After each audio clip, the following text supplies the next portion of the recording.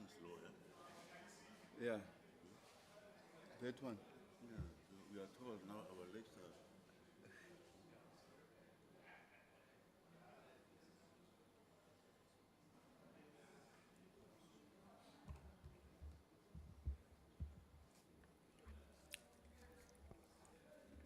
Willem,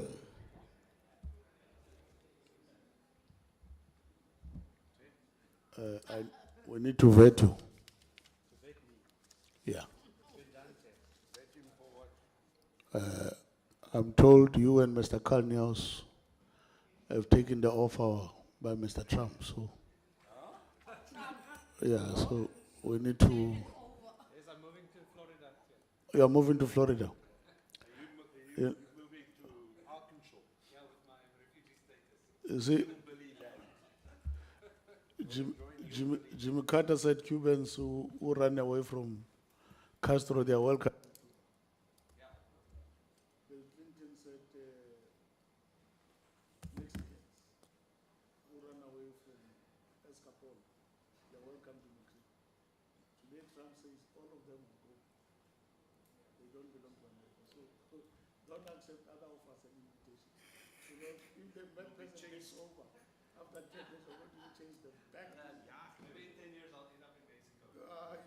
And then it will be, by then it will be called the Gulf of America. Yeah. According to Yeah. Yeah, those these people are mad. So Mr. Niels is ready to denounce his full citizenship to be a refugee of another kind. To go start life afresh. Start life of Yes. What life? Start life and fresh with grillers by neighbor. Yeah. But you are unfortunate, you are like me. You know I can't get an American visa. I can't. Yeah, they said I was in a... You know, I once got a visa because then I was an ambassador. You can, And that visa had so many exclusions and overrides. yeah. When I arrived at JFK, the guy at the customs looked at that visa and said, "Yo, wow, what have you done? Come this side." 3 hours later, I was still being searched. By then I said, "Can I get onto the next plane out of this God-forsaken country?" Yo. My last time.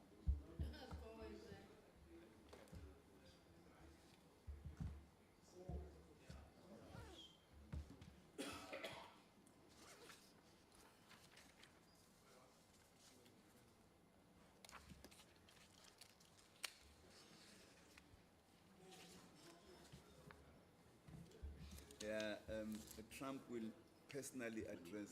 Morning. Trump will personally address Fox News and tell them, we've got a Kalni house here. Yeah. You don't believe me? Yeah, he's here. Kalni house from EFF. That Malema party. Yeah.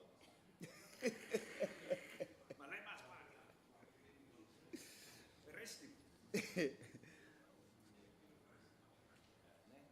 But the governor of Illinois, he made such a great speech, eh? Good speech. Yeah. Credible. About fascism in the US. Yeah.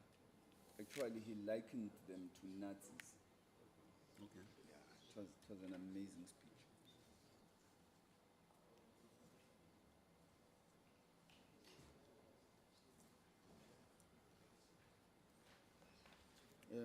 No.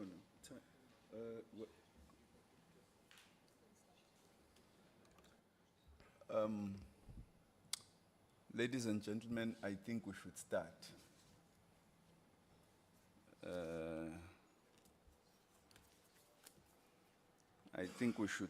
It's 10 o'clock on the dot.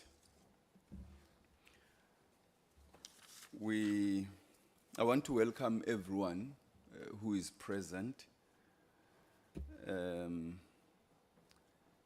particularly our guests from the academia who are here to empower the committee on various aspects of defense issues. We also welcome heartily the chairperson of the Portfolio Committee on Defense and Military Veterans, Honorable Dakota. Honorable members, I think we have quite an involved program today. We already have a few apologies, which I will ask Nandipa to deal with.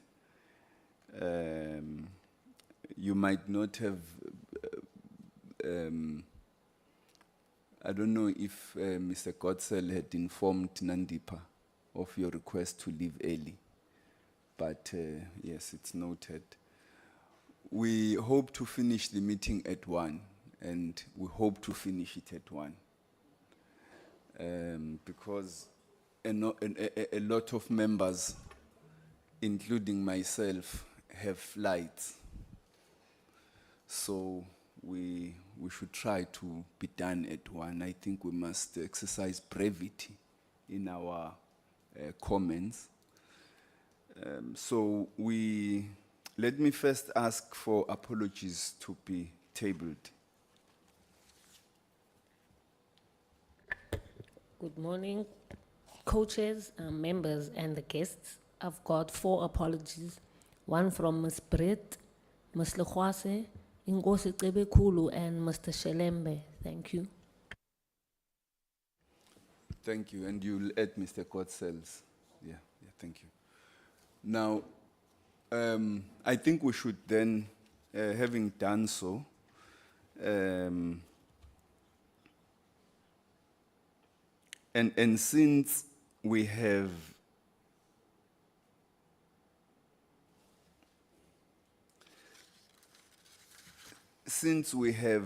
item, the last item, which is a committee matter, I think it's necessary to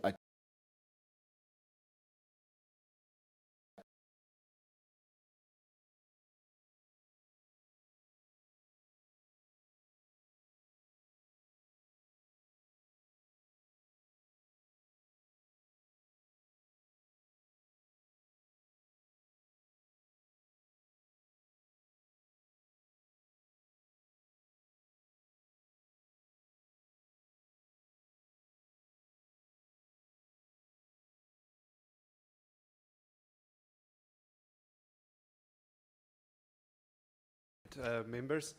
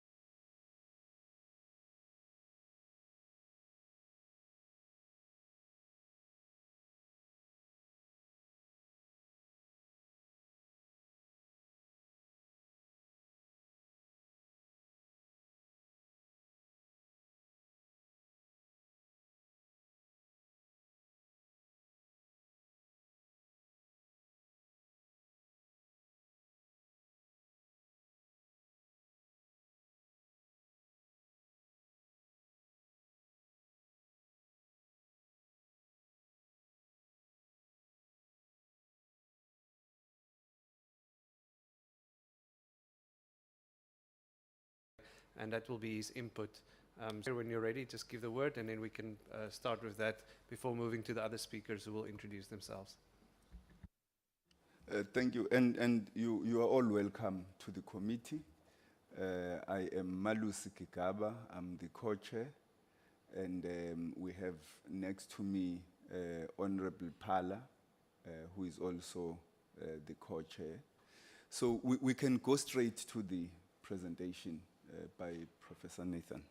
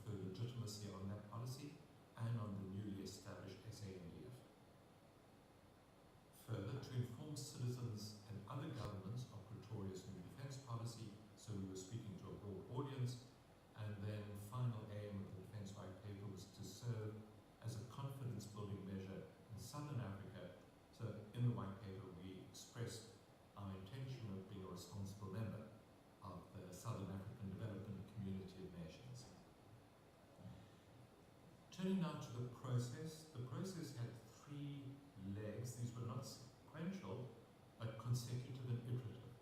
The first leg of drafting and debate was within the Department of Defense and the SANDF. The second leg was at the public level, where the Minister invited public comment and in fact convened two meetings in Parliament at which civil society could comment on drafts of the White Paper. And then the third leg was the Parliamentary Defence Committee. At that time, Tony Ngani chaired the Parliamentary Defence Committee. But keep on.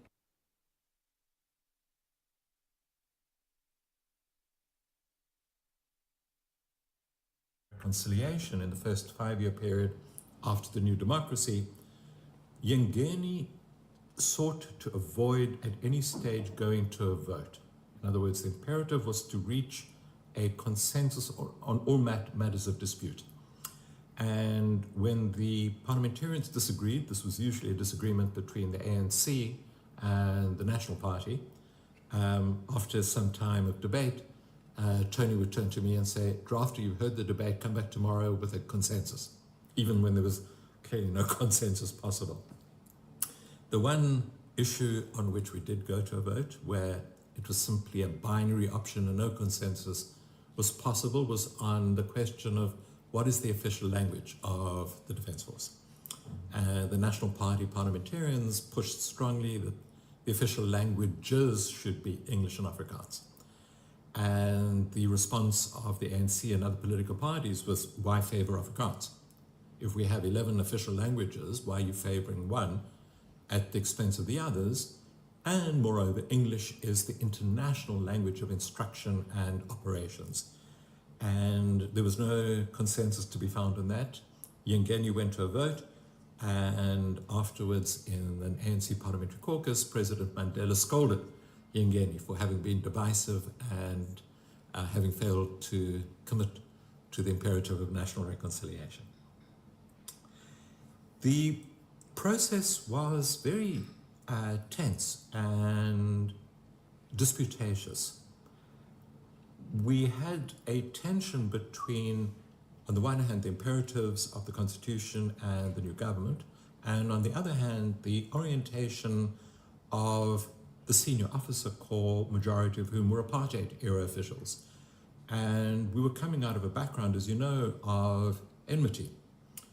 And so there was a lot of friction and tension and racial tension, ideological tension.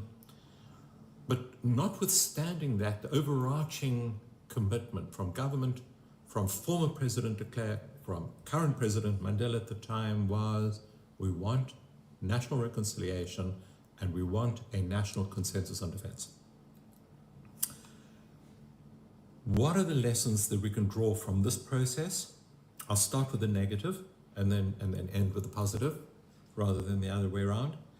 On the negative side, we did not come to terms adequately with the question of race and racial transformation, affirmative action, and equal opportunity. And I must say that Minister Modise was simply not interested in those issues.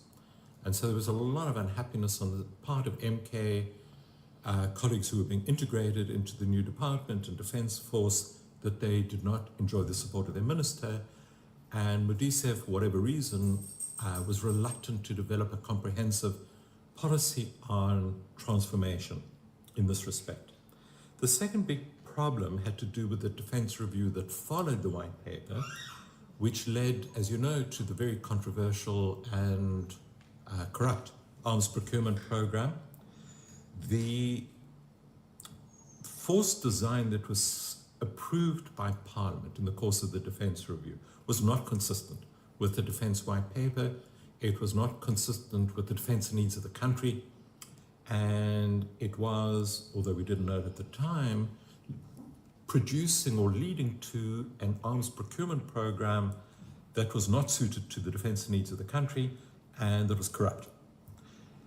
This negative lesson or this problem arose in part because while we had a rational process in Parliament of deliberating the defence review behind our backs, at a very high level there was a process of corrupt procurement.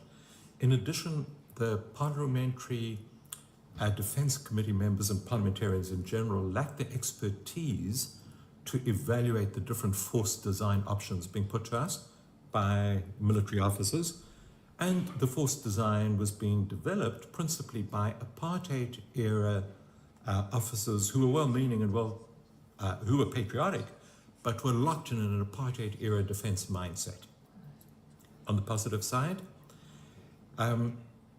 the white paper was approved by Parliament without objection and with every political party in Parliament standing up and saying, we applaud the Minister's effort to reach a national consensus. He has achieved that goal. The white paper, moreover, did provide the overarching policy basis for the new legislation and for the transformation of the Defence Force. And then finally, the Parliamentary Defence Committee really played a valuable role. Under the chairpersonship of Tony Ngeni, the Defence Committee went through about 7 drafts line by line, with the parliamentarians at times objecting to my punctuation and my grammar, which bothered me not a little.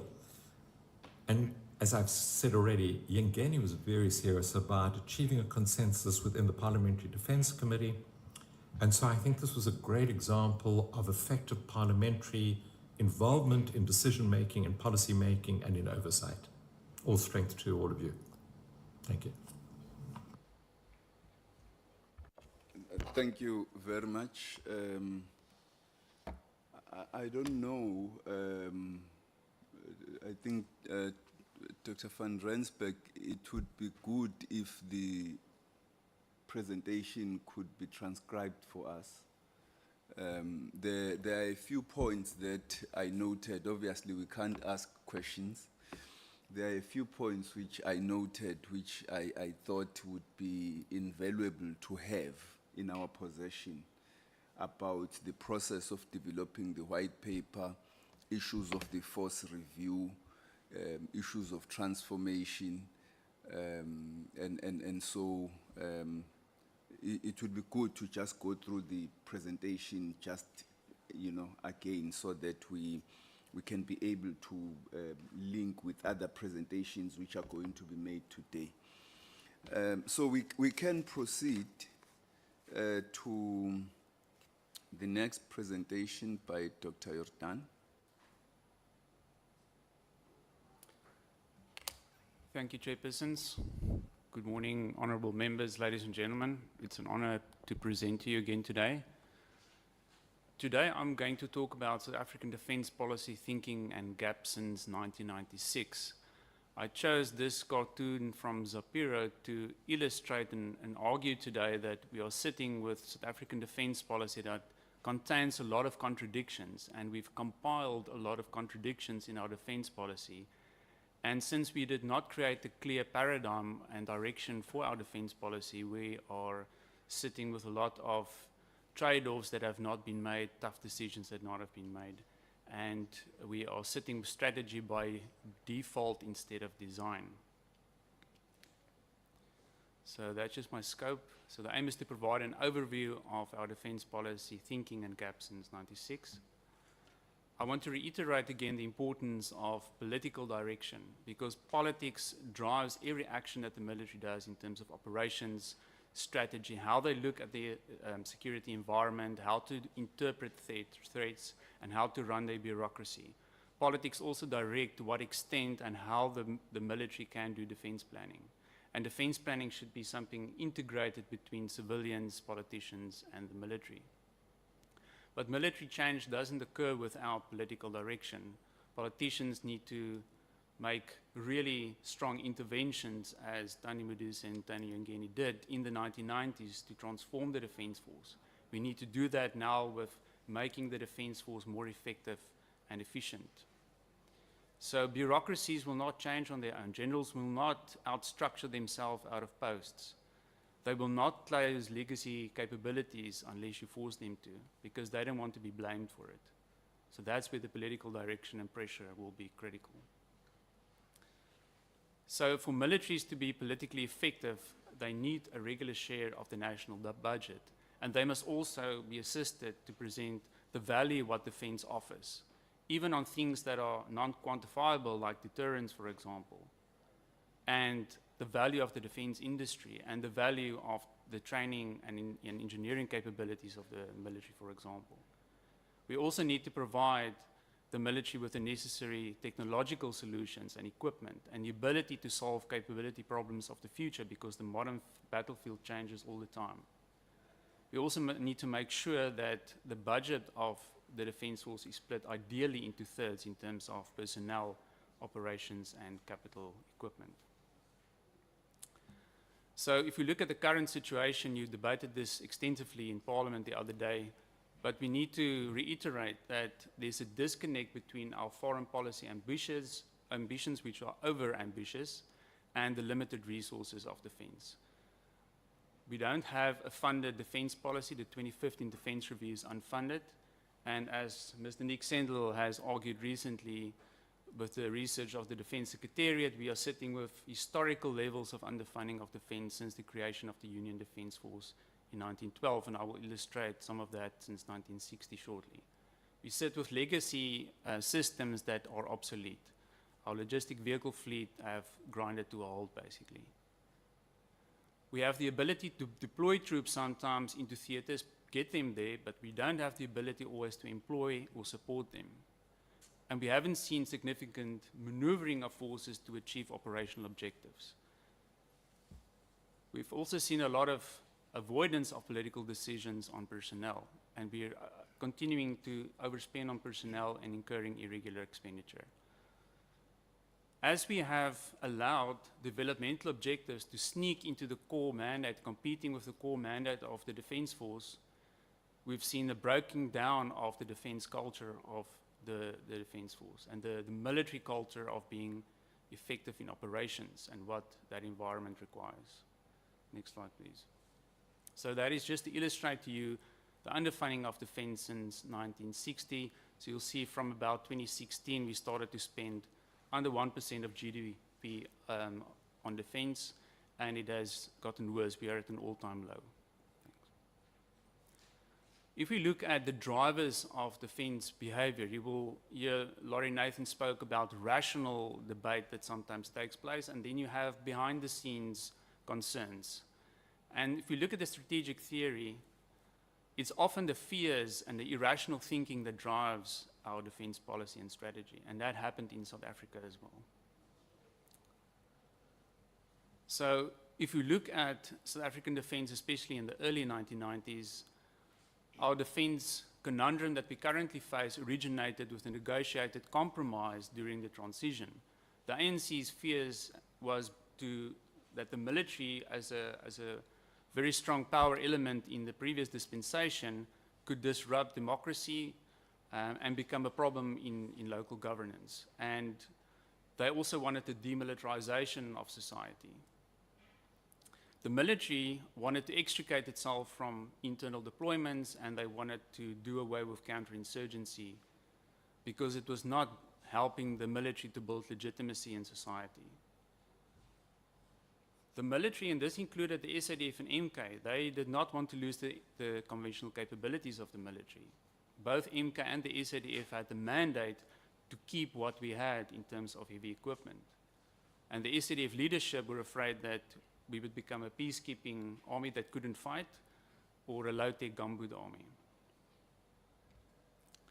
So in the transitional period, what happened is, as the politicians realized that they would establish civilian control over the military and allowed the military to strategize on their own without scrutinizing what they were doing at the JMCC and scrutinizing what the military proposed in the 98 Defence Review properly, we sat with a military that was allowed to protect its institutional interests.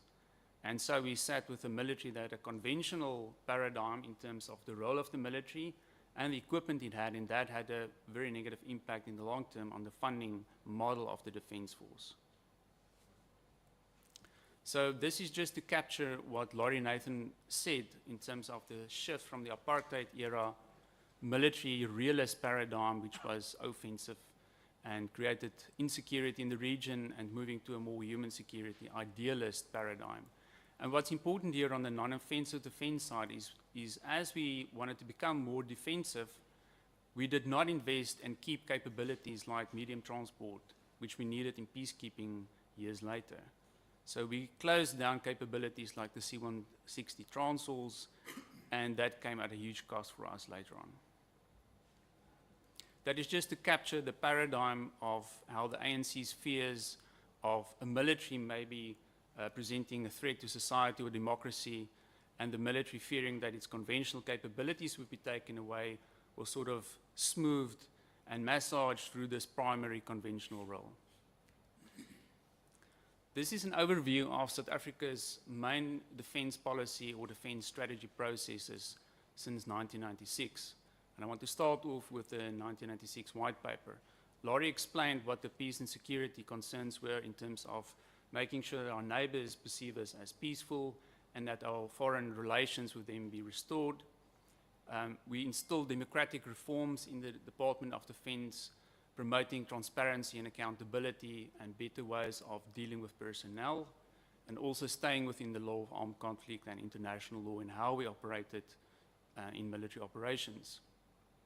Human security became part and parcel of how we looked at South Africa's security landscape. Unfortunately, we defined the main threat for our country as socio-economic underdevelopment, and we did not look at the clear threats security-wise, honestly, because we did not want our neighbors to be offended by how we looked at the security environment. The military, in its initial Green Paper attempt, tried to sketch the broader strategic and security risks, but this was not palatable for the politicians. And since then, we've never really used strategy methodology to honestly look at our threat environment or problems. So there was a strong demilitarization agenda in our policy. The politicians, specifically the military research group of the ANC, wanted defense spending below 2%. The idea was that we would have this peace dividend after the Cold War, and that we can take money from defense and spend that on development. But if we look at the broader impact of this, as Professor Andre Roux, a defense economist, have indicated, these were mere drops in the bucket of socioeconomic needs in the country, and because of that disinvestment in defense, we are paying an extremely high price for that today. So Laurie spoke about integration. I spoke about the core conventional role. The important thing to mention here as well is that the military in the early 90s, between the SADF and MK, was more or less prepared for budget cuts if we look at their strategy. So they realized initially there would be a lower budget. After that, the military never caught up with the level of underfunding that we've seen in defense. With the 98 Defense Review, we had to become strategically defensive, and the force designs had to be done in correlation with a conventional core force design, and we distinguished between primary and secondary roles. So peacekeeping and domestic operations were seen as secondary, and we had to use the core conventional forces collateral capacity to do those operations. And what we saw is that by the time the 98 Defense Review was approved, it was already unaffordable. So Treasury at that stage already decided to cut the defense budget next year. So the SDPs followed after that, and we had to retain the conventional capabilities. We only planned for one peacekeeping battalion in operations in that review, and we had placed very big limitations on domestic roles, which was at that time very good. If you look at the 2004 defense update, which was never promulgated, what happened here is that defense planners in the Defense Secretariat and in the SANDF followed the bottom-up approach to say to the decision makers and even the portfolio committee, we need to change our policy to adjust to the challenges of peacekeeping with the African agenda of Thabo Mbeki. And we had to help capacitate and support the African Union's security architecture and the SADC Mutual Defense Pact and SADC security institutions and capability building.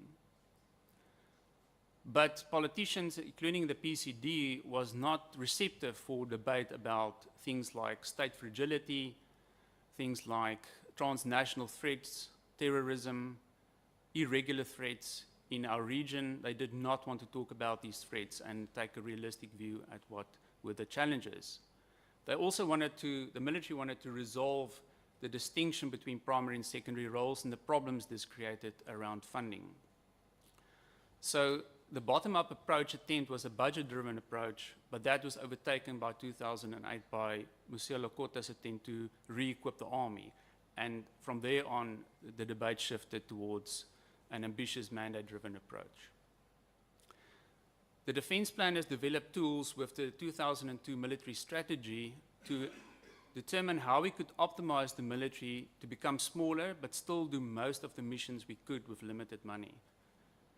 And that meant that we had to build a lighter military that could deploy in peacekeeping and still do counterinsurgency, perhaps. But those methodologies and tools were not utilized. And at that stage also, in 2002, Cabinet said, after they approved a conceptual document on the military strategy, that the military had to come back with a costed military strategy and force design to support our foreign policy in Africa, and that never happened. So for many years, more than a decade, on the Cabinet's agenda, it was an outstanding item to get the military to provide an affordable military strategy. And that is one thing that you could typically push as a committee in future. By 2009, there was an attempt to provide a defense strategy. But by this time, the mandate-driven approach had caught up big momentum. The Army realized that the Deloitte & Touche transformation process, which cut a lot of generic support functions from the military, did not work. And so they wanted to plan how to provide government with a military that could do everything. But that was not in line with budget realities. So although the methodologies were very good, the strategic planning was thorough, we did not have the budget for that. The 2015 Defense Review, as we've seen, has been overambitious, unaffordable. We wanted to achieve an expeditionary force that could project power in Africa, and that was Jacob Zuma's direction to the Defense Review Committee. The minister also didn't allow the committee to look at what the limited resources were. And so we sit currently with a defense policy with which the military cannot provide an affordable strategy. Next slide, please. So this is just to broadly illustrate to you the different paradigms and controversies around what we've collated into defense policy but haven't made clear political direction on. So if you look at the blue circle there, this is typically the idealism that were contained in the white paper, which had an external view on security, which was to build regional security, not at the expense of other countries, to be involved in conflict resolution. And then peacekeeping operations became very prominent since 2000. But for our secondary role, which was here peacekeeping, we had very limited training. We did not have sufficient equipment. And we did not have the strategic reach or the logistic system, which was not designed for peacekeeping or operations further afield, and so we couldn't support our forces. If we look at the realism circle there, the military and its realist conventional paradigm determined the funding model of defense, which was in disconnect with our actual roles in peacekeeping. If we look at the threat environment in the red circle, you will see most of our threats in Africa. Even today, if we look at the instability in the Sahel, the Great Lakes, Mozambique, it's insurgency. And we phased out our doctrine and training and equipment and research and development in that domain because it was politically unfavorable. Because the units that were involved in this and had the expertise were seen as politically unacceptable, and they were closed off.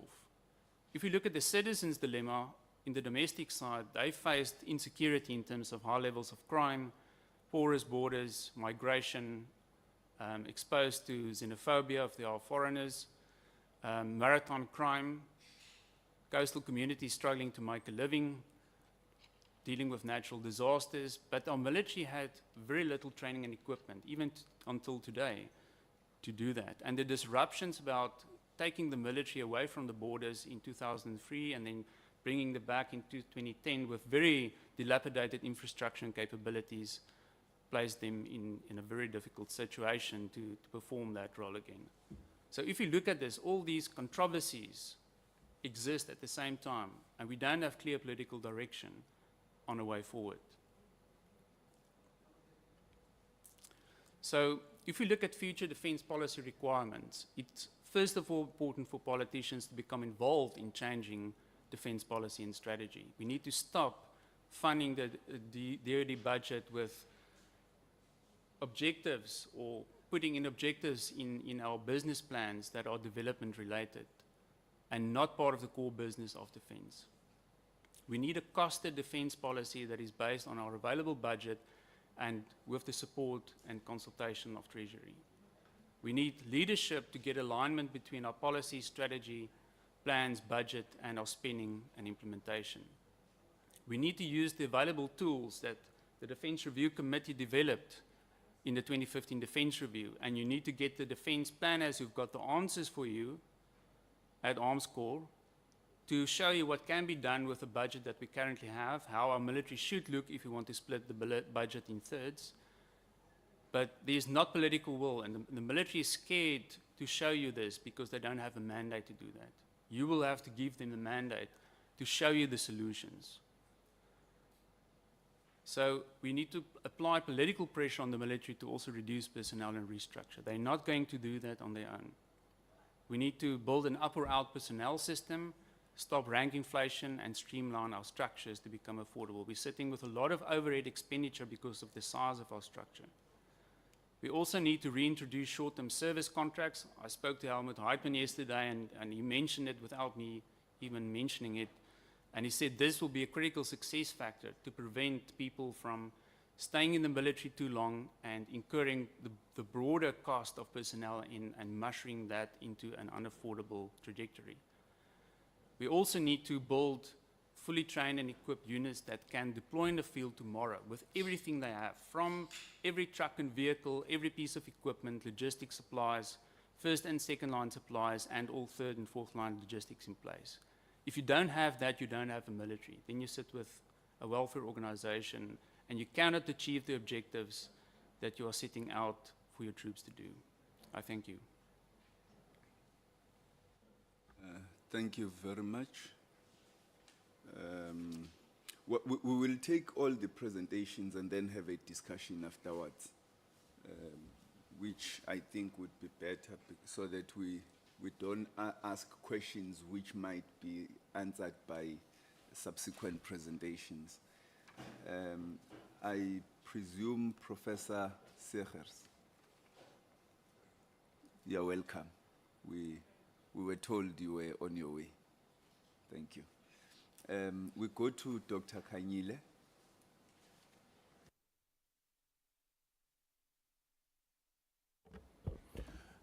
Thanks a lot, chairpersons, members of the committee, and my fellow colleagues. My name is Moses. I look after research at the Center for Military Studies. Chair, I'm going to be talking about policy reforms in the DoD, but what I want to convey to the committee is basically 2 or 3 things. One, that there is a need for a refresh in terms of our policy. As Professor Nathan has demonstrated, our documents have served their purpose over a number of years and they've remained relevant. However, my proposition is that maybe it's time to revisit them. Secondly, assuming that my colleagues who are going to be talking before me would highlight a lot of challenges from a policy perspective. I then crafted my input by way of proposing certain things that will complement whatever they've proposed. Now, I intend doing this by first making a few introductory remarks, go back to the defense policy framework, which has already been highlighted both by Professor Nathan and Dr. Jordan, and then some concluding remarks. We have heard that the existing documents were introduced immediately during the transitional period after 1994, which were contextualized in a framework that said the Defense Force needs to forego some of the money that they had for purposes of development, in particular RDP. And Professor Nathan has re-emphasized that. But also, the posture of the Defense Force was going to be more reconciliatory, much more peaceful, being a good neighbor, and therefore the emphasis was going to be on confidence and security building mechanisms, diplomatic solutions and all that kind of stuff. And also to rebuild civil-military relations so that there is enhanced trust among the citizens and confidence in the Defense Force. However, based on what we can see today, we believe that, at least Moses believes, that it is high time that we press the reset button and have a relook at what we have. Because these have been cited and highlighted over many years, and we persistently realize that our approach has increasingly become less realistic, and therefore we need to do a little bit of a policy refresh. Now, for purposes of this discussion, I highlighted 4 baskets of policy environments, which might be of interest to the committee, starting with matters of legislation, then white papers, the defense review, and a whole bunch of directives that might be of interest. Obviously, from the legislative perspective, the list is quite long. However, I believe, Chair, that at least we need to say something about the Defense Act.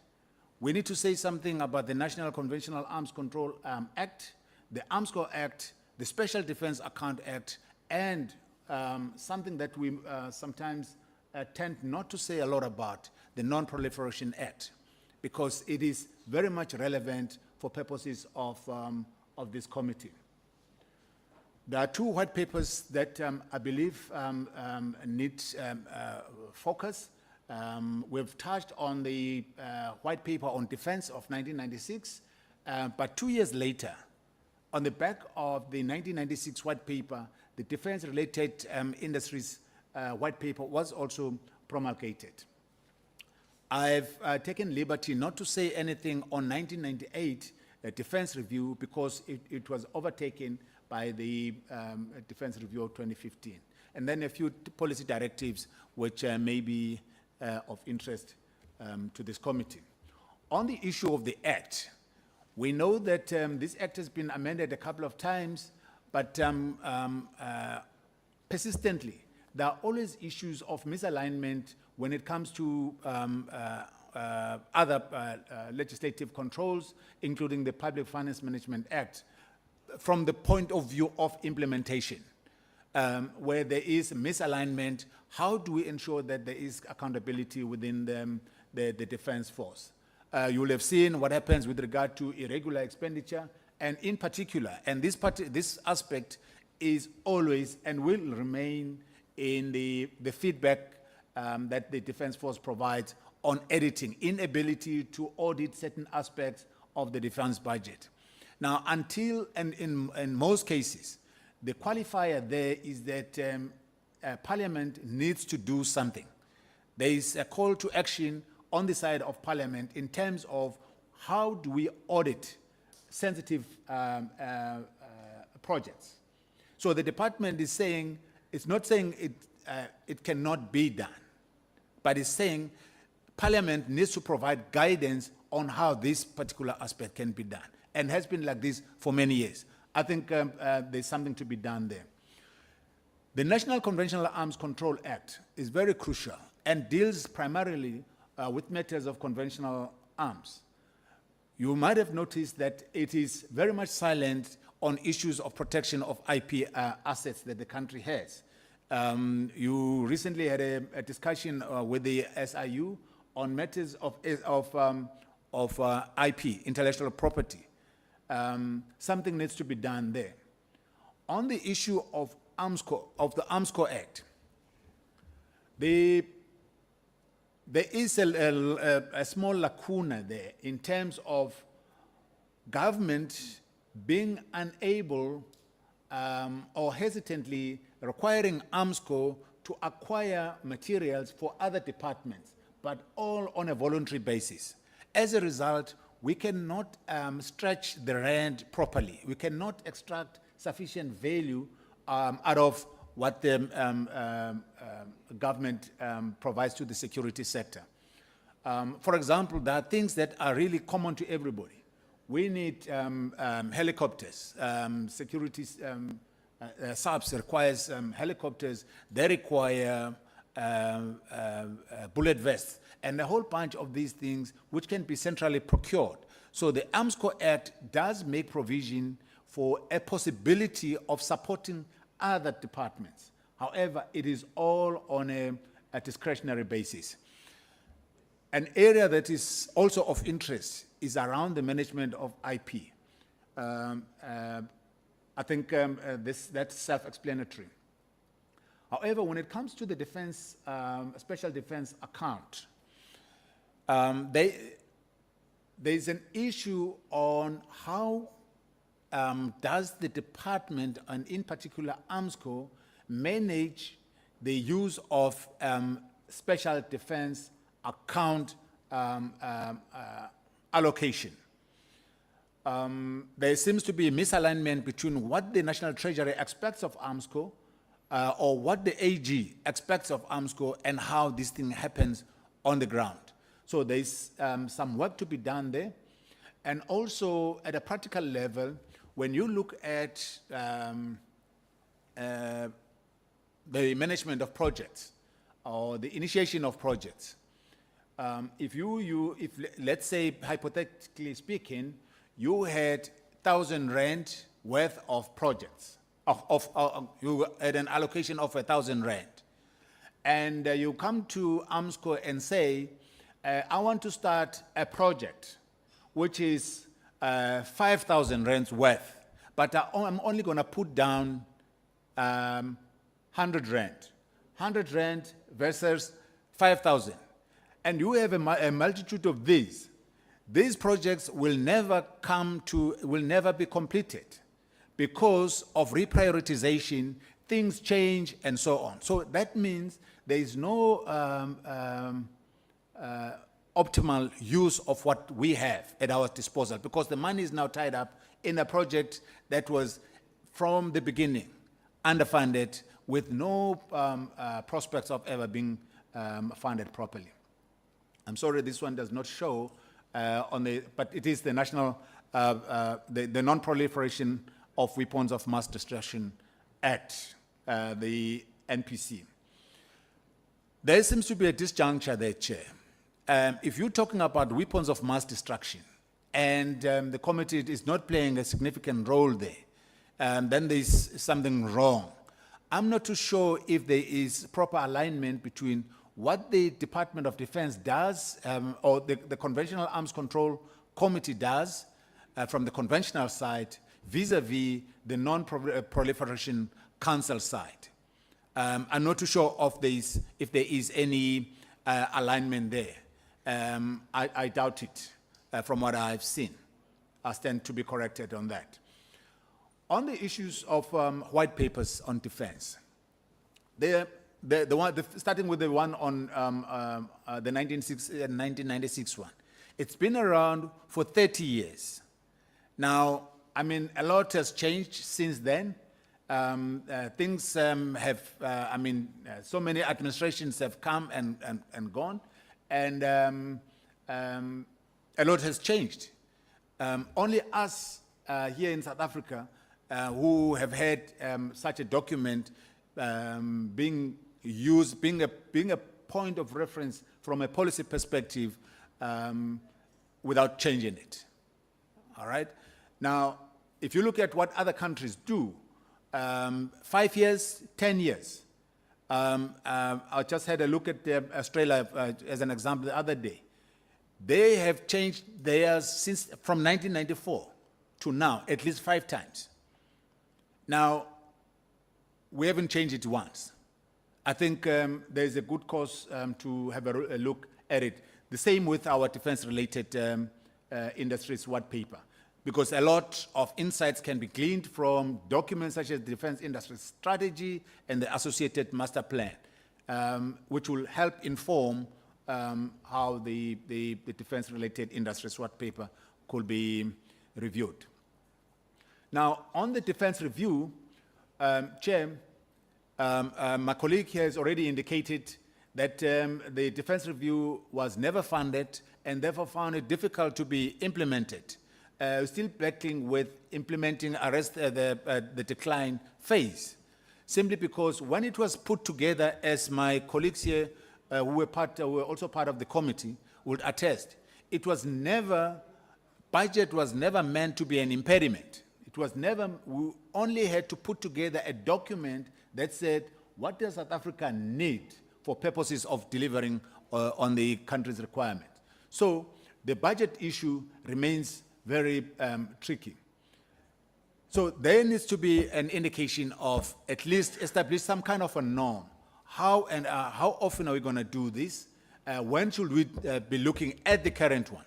Because I'm aware of the update, as my colleague has already indicated, which came in the intervening period, but it's not been promulgated, which means the narrative out there in the public space is still based on unimplementable policy positions.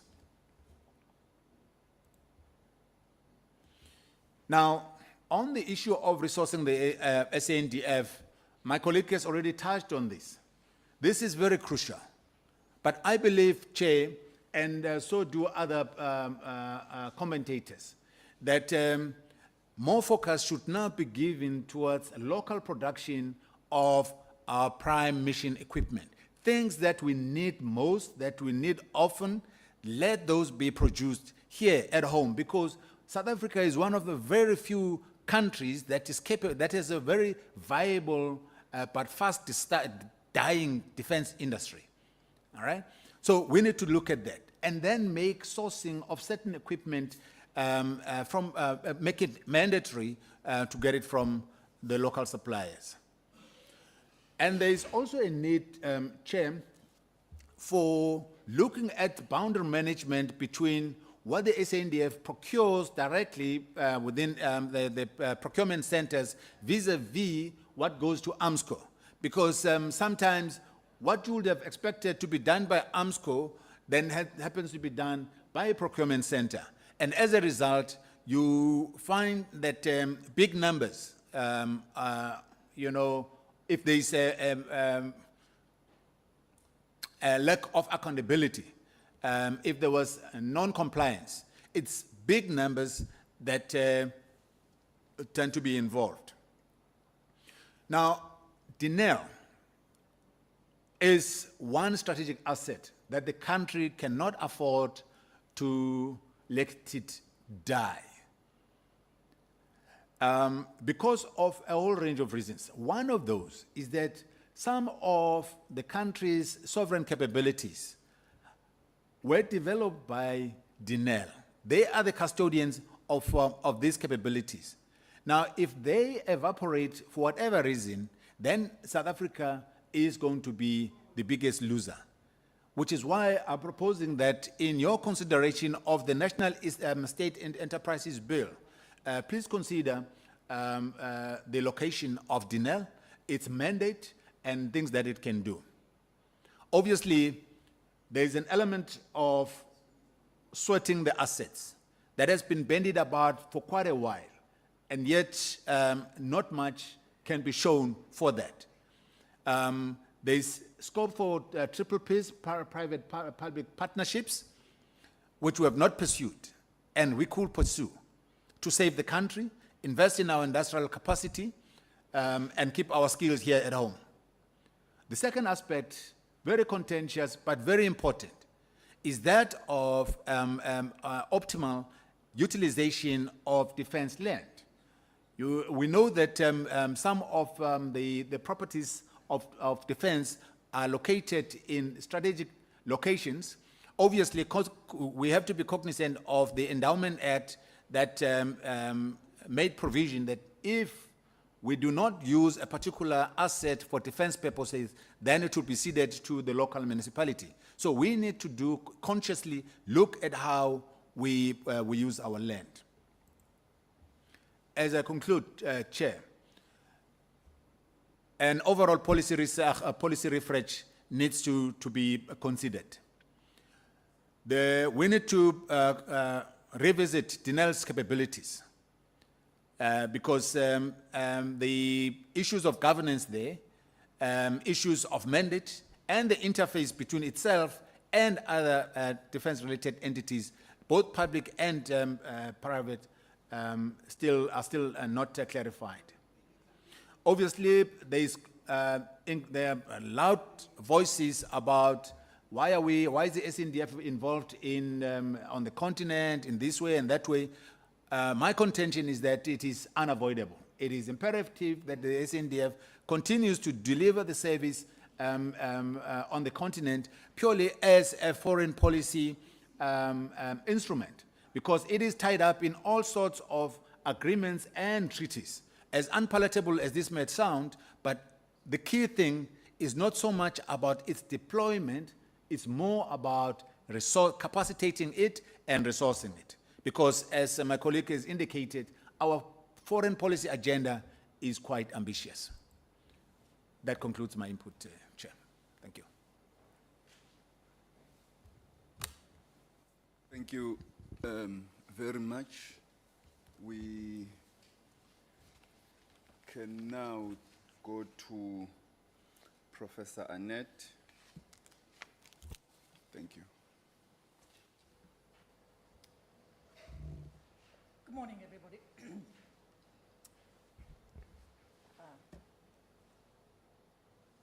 Many thanks for the invitation. I am flattered that you've asked me. And I also join you in my condolences to the families and friends of the casualties, our soldiers in Sami DRC. Want to record that to start. Ooh. Here it comes. All right, there we are. Can you hear me better now? Okay, for better or for worse. Here we go. I don't want to talk about detail this morning. I enjoy very much the detail that Dr. Jordan and Dr. Kanyile presented to us. To me, they follow on big decisions. And I think, in my understanding, where we are is that we are at an opportunity for big decisions. And the big decisions, obviously, are what I would describe as guiding principles.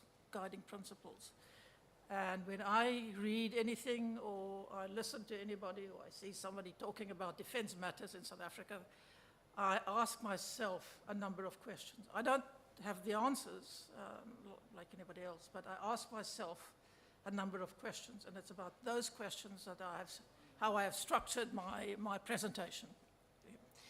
And my guiding principles or issues that I want to talk about, first is the issue of constitutionality. And the second one is budgets and spending.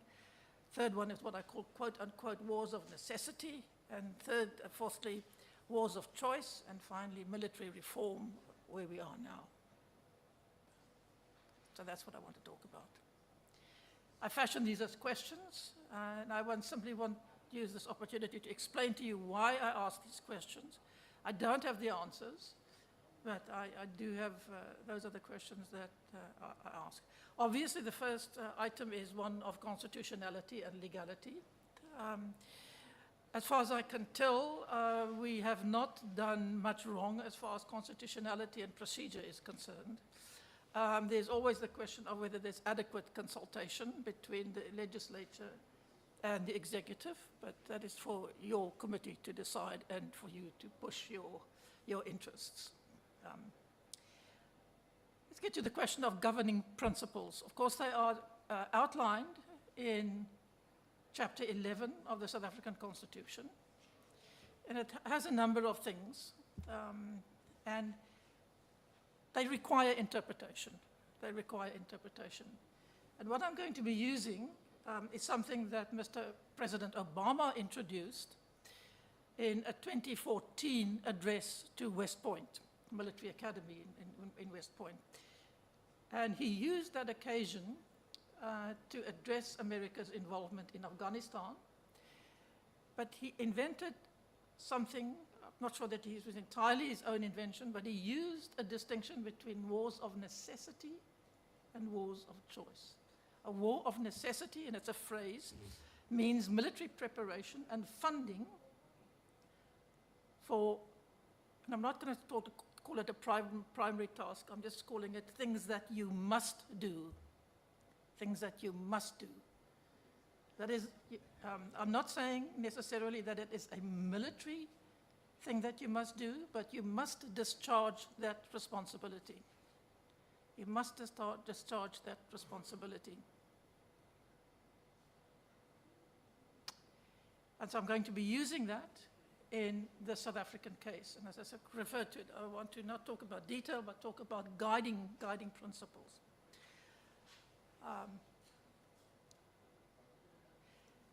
Our constitution and our history and our geopolitical position, okay, our primary task, so it goes, but for me, the war of necessity is the protection of our territorial space and the people in it. Protection of our territorial space and the people in it. Does not mean it's military, as we shall see it doesn't. Okay. And the first question I ask is, of our current military preparations, of our current arsenal, what is relevant to wars of wars of necessity?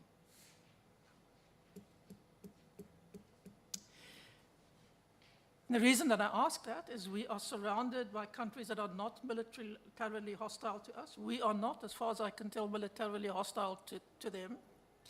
Of course, we don't always have friendly relations. If the SADC organ is anything and the SADC troika is anything to judge by. But we do not face an imminent threat to our territorial space and our people from land, sea, or air. Period. Finish and klaar. And there is no way that I personally can be convinced that we are facing an invasion of India or Mauritius or Malta. I mean, you can take your pick. So that's why I ask that question. What we do actually have is we maintain an incredible amount of equipment, arms and ammunition and land, as Moses has just indicated, that are entirely irrelevant to our wars of necessity. They're entirely irrelevant. They are a product of I think, primarily two things. They're a product of our past, right? What happened during the apartheid years, let's call it at that. Okay. And it reflects, of course, the arms deal for which we are still paying.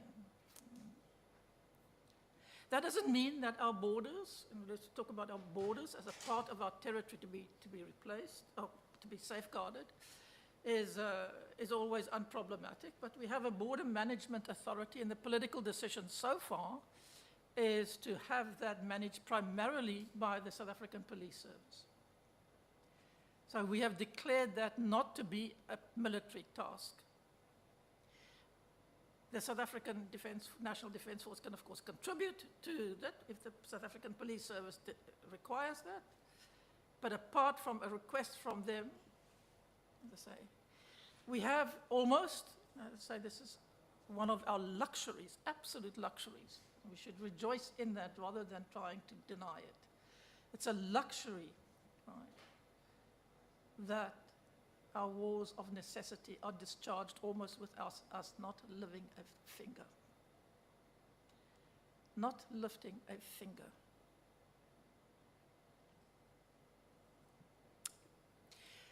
Wars of choice is the other category that Mr. Obama created or used. And that is when you advance your interest. And that can be near or it can be far. There is nothing inevitable about that. Sorry, Moses. No, nothing inevitable about it. Every decision to advance your interest and using the military to advance your interest is something that is almost, it's not ad hoc, but it is virtually ad hoc, that it has to be done on a case-to-case basis. We have done, of course, we've had many many of our soldiers involved in military advancing our interests. We've had observer missions, we've contributed in Somalia, etc. But as far as combat is concerned, as I say, it's a choice. It's a war of interest. It's a war of choice. There is nothing inevitable. There is nothing necessary about that. Okay? And I will return to that later. The times that we have involved ourselves with that, and particularly combat, and this is Operation Boleas, the one in the CAR, and the one now in the DRC, have not ended well for us. They have in fact been embarrassing to us. Okay. I will return to this in a second. Let me secondly talk about budgets. As a proportion of the GDP, South Africa has, the SANDF budget has declined. The SANDF budget is not by itself an accurate reflection. You also have to add on, for example, the Department of Public Works, which maintains bases. And where bases are crucial in South Africa's development and RDP. Okay. So, what are the items on the SANDF budget? Given that the money has not increased, what do we spend our money on? The Department of Defense, Ministry of Defense rather, uses a formula, and that is derived from, unfortunately, from one of the defense reviews, is 40, 30, 30. Personnel costs are 40% of the expenditure. I think at the moment our personnel costs are about 72,000, and South African Defense Force has said that it wants to increase it to 75,000. Well,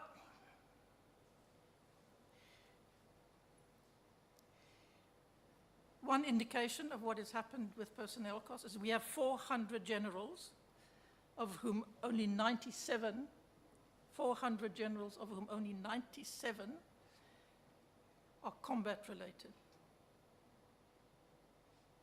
The average salary of a general is 600,000 plus per year, not counting deductions and other interests. To some extent, this is not surprising because there has been an integration process, but the problem with that is that finance and treasury have blocked their ears to any request of increase in money for the SANDF and the Ministry of Defense. I cannot see how they are going to unblock their ears. I cannot see that. And maybe you can try.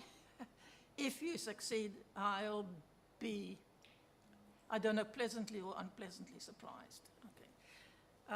We are facing the peculiar situation where even some of the salaries that are paid, and we're talking about salaries here, are paid by the old secret accounts of the apartheid government. That was used to buy equipment and evade sanctions and the like. Okay. So what we have, and some of my students refer to that as a muffin top structure. For those of you who know muffin tops, particularly young girls who wear muffin tops, I'm sorry to be so unashamedly unfeminist about it. It goes like this, and then it mushrooms. What you need to have is of course, a pyramid. That is the ideal. Okay. So this is not a problem for civil society. The problem here is finance and treasury. They are the ones who stand in front of the bank. Okay. Thirdly, let me turn to wars of choice. In other words, these are advancing our interests near and far. South Africa, of course, is mightily devoted to the language of peace and security emanating from SADC and from the African Union. I mean, good luck with you on that, on your devotion to that. Any decision has to be judged on an individual, contextual basis, regardless of all the treaties that Moses mentioned. I mean, you can have treaties to cover the sky. The question is that doesn't translate into combat deployment on the ground. Doesn't translate into that. I mean, we talk about two cases, how they are different and they are the same. We've been in Mozambique for quite a while. We've now departed from Mozambique, but that is instructive as to whether we have advanced our interests there. The judgment of a respected colleague of mine was that the results were mixed at best. In other words, we did not make much of a difference. And the reason for that is obvious, is that the government of Mozambique has had a long-standing indifference to what happened in the provinces of Cabo Delgado and Niassa. For those of you who've been up there, there's almost no administrative presence, has never been for hundreds of years in those two provinces. Has not been. It's a very difficult terrain to start off with. What there is now are commercial enterprises, and this is Exxon and a couple of others who are there. I think Mobil is also there, a couple of South African companies. The Mozambican government, okay, its priority is to protect the commercial exercises there, not the people of Cabo Delgado and Niassa.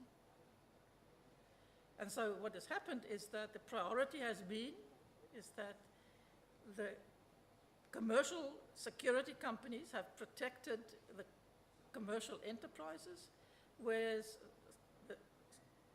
SAMIM has gone into the countryside trying to protect people. With those priorities of the Mozambican government, do you think that we have advanced our interests? That is my question. Somebody might make a case for it, and I have poor students, the poor things. I mean, they write me paper after paper on the structural causes of problems in those areas. It's obvious. It's an ungoverned space, quote unquote, has been, and it is deliberately so. People have no interest in it. So we've inserted ourselves there, and we're out there, and we are lucky to have come out without tangling with the Rwandan Defense Force, which is now the Mozambican government's preferred partner there. So, as far as the DRC is concerned, yeah. Of course, it has eastern provinces. It's the two Kivus, Tanzania and the like, but the two main ones are the Kivus. And again, for those of you who are up there, have been up there, the presence that the DRC government once had there has completely collapsed. It has completely collapsed. There are no schools there. There are no primary health care, nothing. And in fact, the casualties, there have been about 5 million casualties in that war. 5 million casualties. 80% of them are children under the age of 5. And the reason for that is very simple, is that primary health care has collapsed. And primary health care, I'm not referring to something exotic, but something that you go to the nurse, and they put your child on a drip if it has some kind of intestinal problem. Once that collapses, children die. NGOs and USAID have entered into that demand, and they've done fairly well. The main problem there, apart from the fact that there is nothing, no infrastructure, no administration to support, and no government commitment, is that on top of all of that, the Rwanda government has a veto right over what happens there. And of course, they're going to deny it, but it is transparently obvious that they have their proxies there. And the point of the proxies is that whatever happens there has to get the approval of Rwanda, otherwise they will oppose and destroy it. So can we make a positive difference there? Can we make a positive difference there? And these two cases that I've mentioned are just to indicate you how different they are. I mean, they have some similarities in the sense that the host government has no commitment to solve the problem. I mean, I don't care what treaties they've created. There's no actual follow-through with it. Okay. Finally, what is our moment as far as procedure is concerned?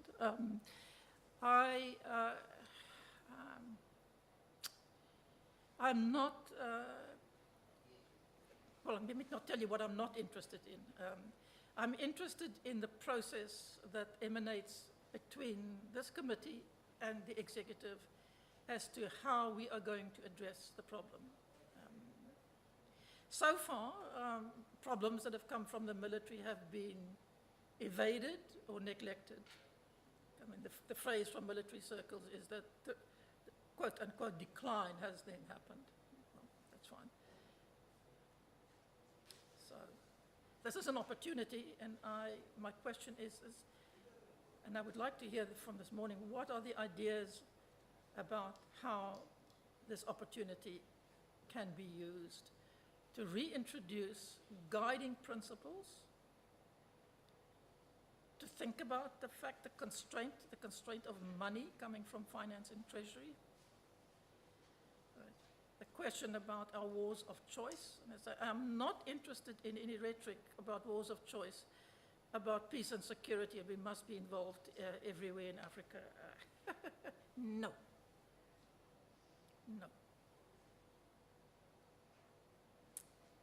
And then finally, this is an opportunity, and I would like to see what is going to happen to this opportunity. And that, I think, is that from me. Thank you very much.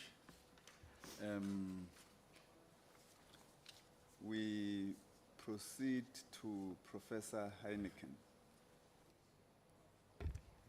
Good morning, everyone. And thank you for the invitation. So for those of you who don't know me, I'm Professor Lindy Heineken. I worked for many years with Moses at the Center for Military Studies at the Military Academy for about 17 years. I'm a military sociologist, so my take on things are a little different. And I've published quite extensively on the Defence Force and defence transformation. Many of you have probably seen my book, South Africa's Post-Apartheid Military Lost in Transition and Transformation, which I think provides a good background. I haven't got a PowerPoint, but I did make available a chapter of one of my book that I published in a book that really does summarize how we got to where we are now, and also summarizes, in fact, a lot of what has been said here today by the different speakers. And what came out clearly, if one starts, because my task is both to kind of do a wrap-up and a reflection from where I sit, is the misalignment that has taken place over the years, which has led to where the Defence Force is, where it is today.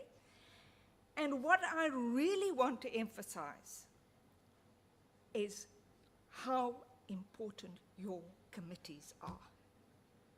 Critically important, and where things have gone wrong because these committees have not functioned effectively. Okay, so if one comes back to sort of what Everett was talking about, is kind of a misalignment between defense policy, defense strategy, and defense doctrine, which has occurred over time. As we have new regimes coming into place, and as the defense priorities shift. So just to sketch it quickly, what is defense? Defense policy is what gives the military direction. So we are still getting our direction from the White Paper on Defense of 1996. And basically, it is the overarching framework which guides the nation's decisions regarding the military. It's rooted in political objectives and, of course, the national security interests.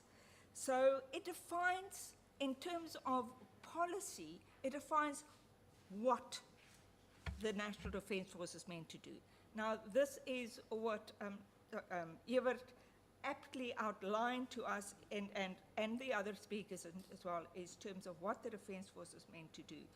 So it encompasses the national security objectives, okay, as set out in the Constitution, as well as the White Paper, and that has informed over the years, and I will give a little historic context, the size of the Defense Force and the structure.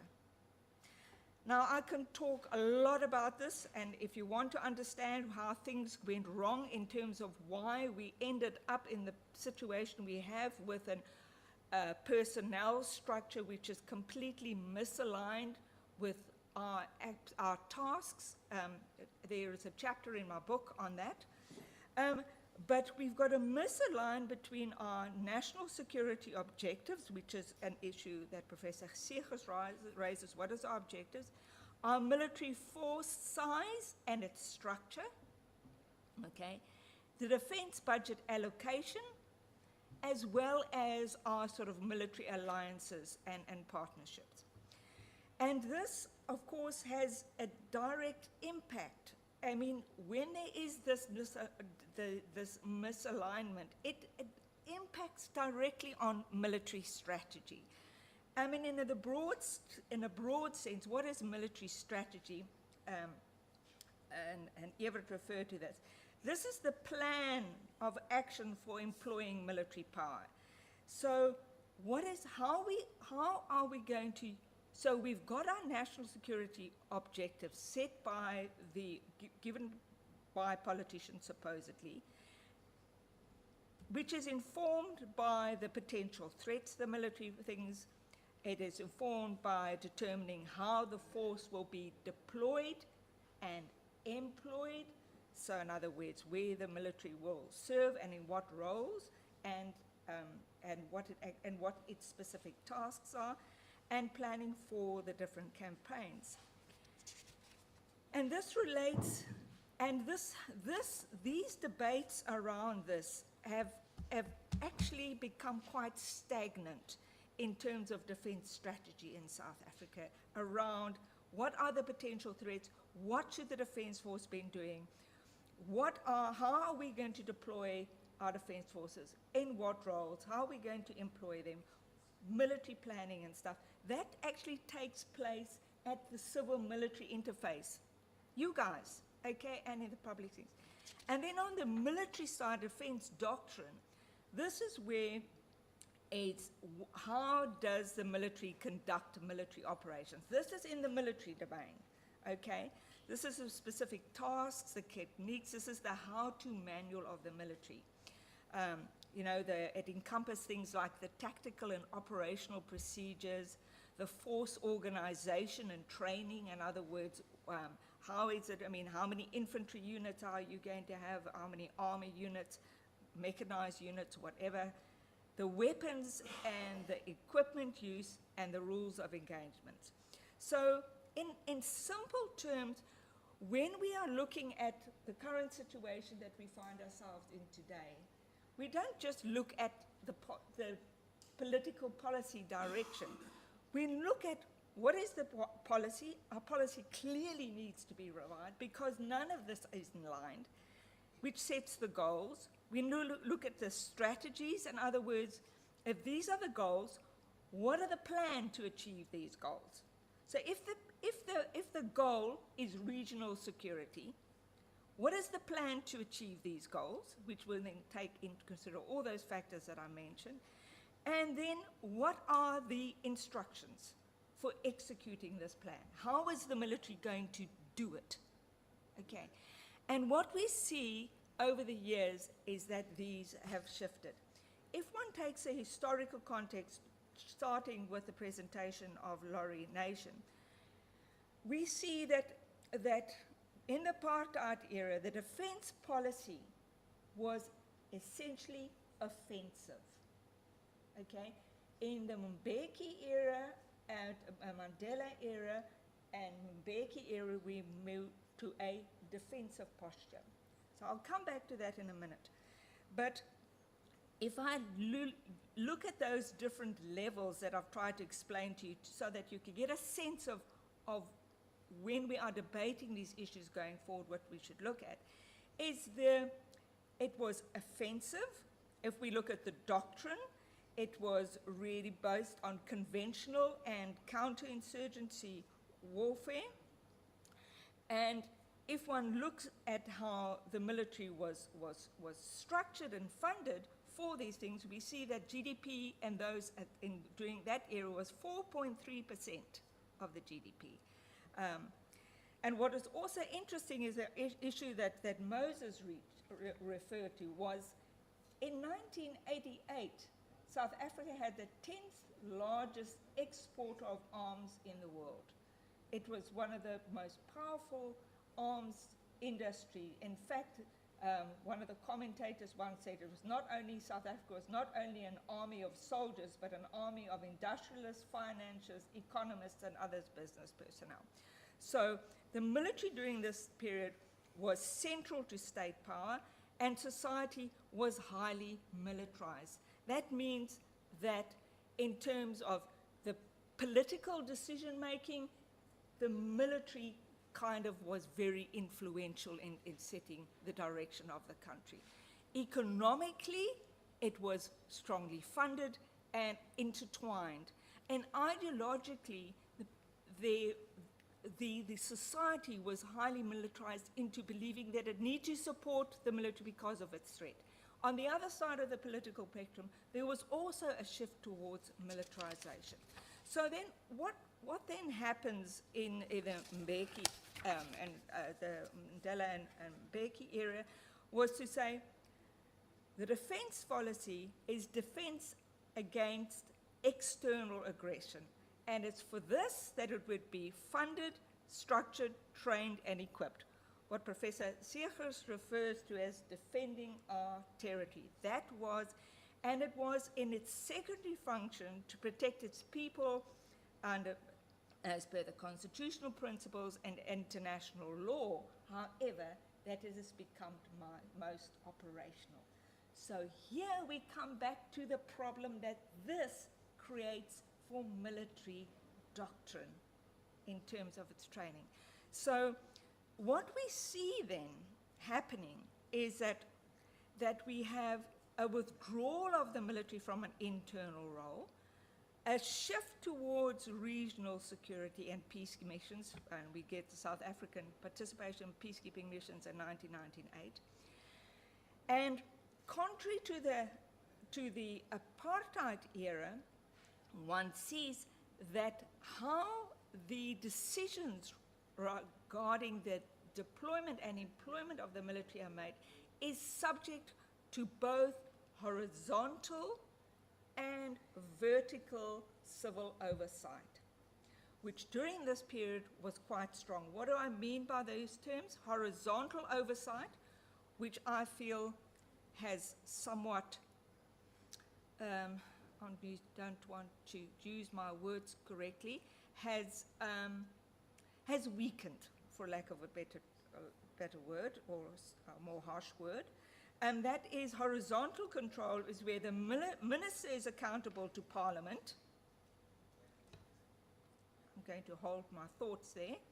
The Defence Secretariat over here formulates the policies, programs, budgets, and control the execution of the mandate, and is the administrative head and accounting officer. I think there's misalignment there as well. And the Chief of the Defence Force, of course, being in charge of military operations and military doctrine. And in terms of horizontal civilian control, the two committees, your committee, the Joint Standing Committee on the Defence, making recommendations on budget, functioning, organization, armaments, policy, morale, preparedness, and then the Portfolio Committee, which was primarily responsible for defence management, democratic accountability, and HR, human resource issues, playing quite an important role in terms of the oversight during this period, but declining over time in terms of its influence. Specifically, during the Zuma era, where in terms of defence policy, the priorities shift more to the secondary tasks, and we see increasingly the military both being deployed in peacekeeping operations and in domestic roles. Also at the same time, less civilian oversight and an increase in militarized responses to non-military threats. Using militarized language, war on poaching, war on gangs, war on criminals, war on illegal immigration. And what happens here, and this is really, really important to understand, in terms of civil oversight, if you use a classical Huntington's theory, which is debatable, but the principles remain, is that you've got objective control and subjective control. Now, objective control is where the military reports to Parliament and reports to its political masters, okay, as an agent of the state, to its principal, shall we call it, even Peter Fever's language, where it says, this is what I am, in terms of what you've told me, this is what I am capable of, right? What we have during the Zuma era is an increase in subjective control, where the politicians are increasingly telling the military what to do, but the military is not responding and saying, we cannot do that. We have not got the capacity to do this. And an erosion of the resources. What we end up now, also then going into the Ramaphosa era, is a further weakening, or not so much of subjective, but a weakening of both subjective and objective control in terms of those balance of powers, and then vertical and horizontal oversight that is taking place. And it's a result of a whole range of factors. But the bottom line here is that in the Ramaphosa era, we continue to muddle along without any clear political direction in terms of what Professor Seegers has raised. So the challenges here highlighted by the speakers and the way forward is really twofold. We've heard, or threefold, should I say. The first is, if defense policy is driven by the security threats facing the country, that should be one. Second, it is the resources, the budget that's going to be put into it. And then it's, of course, what are going to be the strategic choices.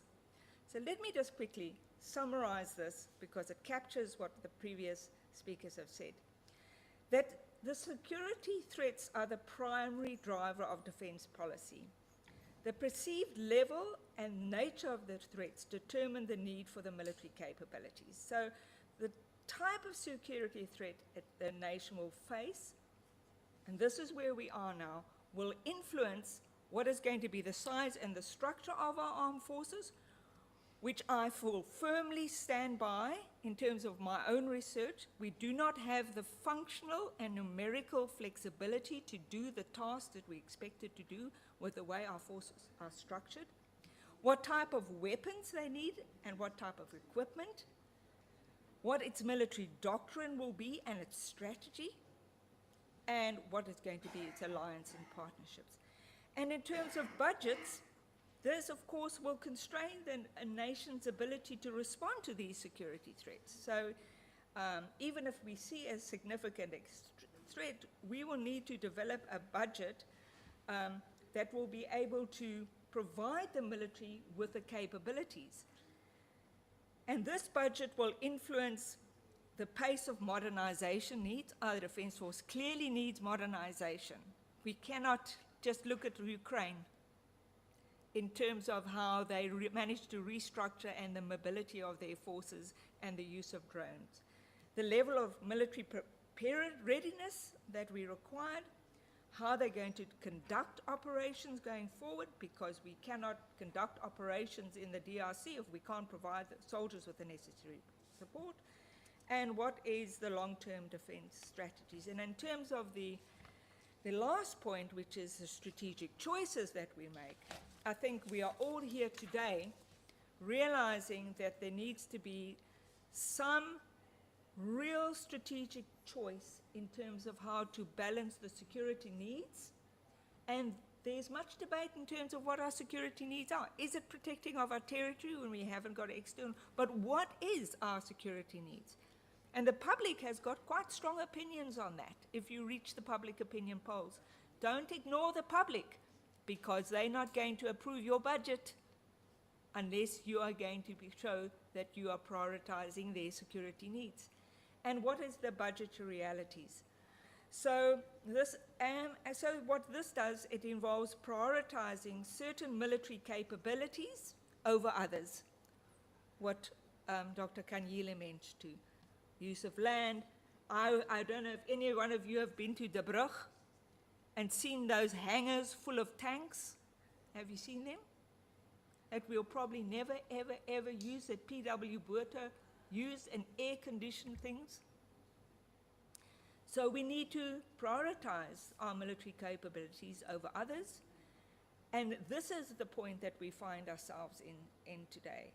And I think that this robust political debate and robust oversight has never been more important than today. And your committee plays a really important role. I realize that in terms of your own resources, that you probably are limited, but there are resources out there. You can pull in expertise. You can ask for debates. You can ask for inquiries. You can ask for audits. At the moment, South Africa is sitting in a vacuum where everything has been kept secret from everyone. And this does not enable us to make informed decision-making. And your role here is to ensure that there is informed decision-making. And I really wish you everything of the best. And I really just want to end off by reiterating how important the role of your two parliamentary committees are in this regard. Thank you. Thank you very much, Prof. Dr. van Rensbeck. Chair, so in a similar style to the previous engagement we had with the Portfolio Committee, where there was academic involvement, we had a little slot for discussing. I think Prof. Heineken did a really good job at summarizing what was said today. But perhaps just from my side to just draw it in where this leaves the committee. What could be, where do we go from here as a committee, or what are the aspects that the committee can consider going forward to look at some of the matters that were raised today. And I think some clear, looking at what the four speakers, or five speakers actually said, I think a key aspect is that it is clear that there's a political decision necessary to drive defense policy. And this committee and the other defense committee at Parliament sits within that space to drive political for political drive to get a defense policy going. And this is definitely needed because the defense policies that we are working on, as was mentioned, are outdated. We cannot have the policy that directs defense be 30 years old without having been reevaluated over this period. And this is urgently necessary to address the misalignment that the speakers spoke about. So how does this committee do that? One of the tools of a parliamentary committee is to drive debate around these issues. And Dr. Kanile spoke specifically about that, and the speakers mentioned issues around that debate is needed on around defense. For example, issues around funding. Debate is needed around the funding of defense. How much additional funding is needed? Where do we cut existing funding or spend it better? How do we make use of existing resources, such as Dr. Kanile mentioned, the land and so forth? Debates also around the mandate of the military are important, and the desired utilization of the military. Prof. Seeger spoke about wars of necessity and wars of choice. This committee sits in the position where it can drive these debates around the desired utilization of the military. Furthermore, the resourcing that's within the mandate of this committee, specifically in the interim constitution, the functions of this committee speak specifically to this committee's competence to have debates around the resourcing and functioning of the military. And then broader than that, looking at the defense industry, for example, that was mentioned as well. So in summary, chairs, co-chairs and members, Parliament also plays a key role in its representative function. You as members of Parliament, through your representation functions, sits in the middle between the executive on the one side and the people on the other side. It's an ideal position to drive debate around defense. And this is a unique opportunity. I'm so thankful, chairs, that you chose to have this engagement with academics in the beginning of a parliamentary term, because it creates a real opportunity for this committee to engage over a 5-year period on defense policy matters. Thank you, Chair. Back to you. Thank you very much. Honorable members, we're going to open the floor for questions. I still plead for brevity. Sorry. Are we not included?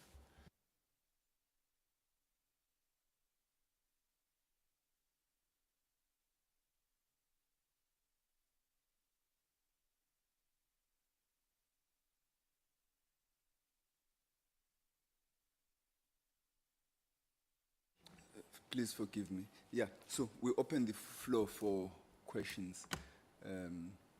Honorable Niehaus, Honorable Sokanyile, Honorable Pito, Honorable Windy, and so on. Yes, I was going that way. I'll come this way. Yes. Can't be left out.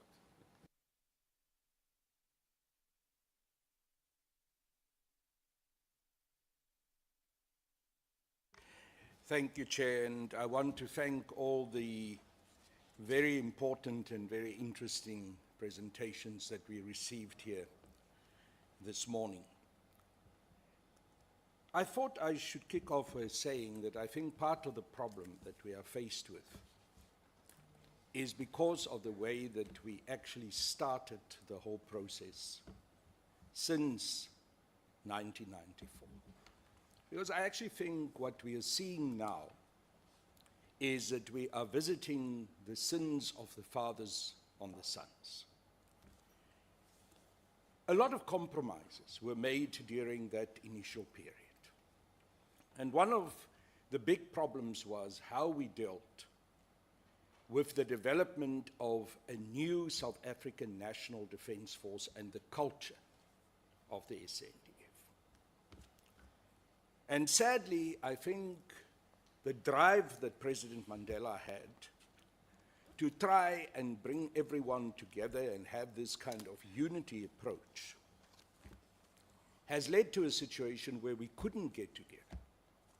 Because what we were dealing with in the process of trying to mold an SANDF was not an integration process of different cultures and also different military disciplines.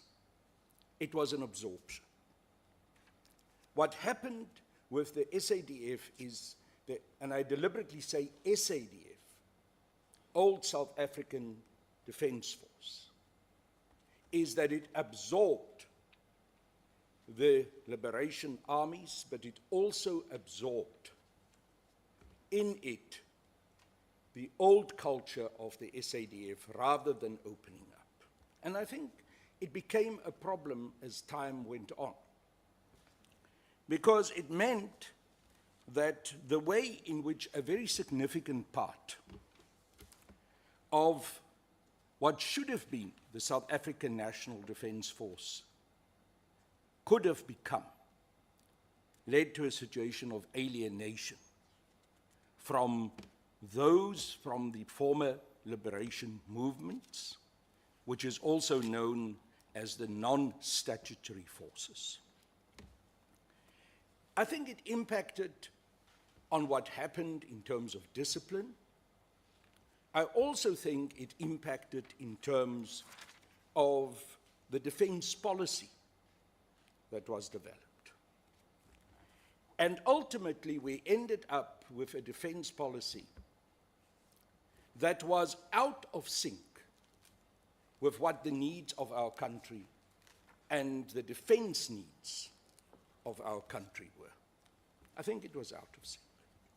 And therefore, even when you look at the process of the arms procurement packages, armaments were purchased at extremely expensive and serious consequences, without an understanding how those are going to play a role in the kind of defense force that we needed after 1994. And I think we ended up making massive mistakes, perhaps also because of lack of experience. The way in which we purchased those arms culminated in a situation that we were not able to also budget for how we're going to maintain them. And that in itself created a huge gap. Because remember, and it was Professor Heineken that said, we must have a marriage between policy and resources. But what we have in the SANDF today is this idea of this conventional army that should be maintained and it should play this role, but we do not have the resources to fund that army. And we do not have the skills to manage that army. And we are unable to bridge that gap.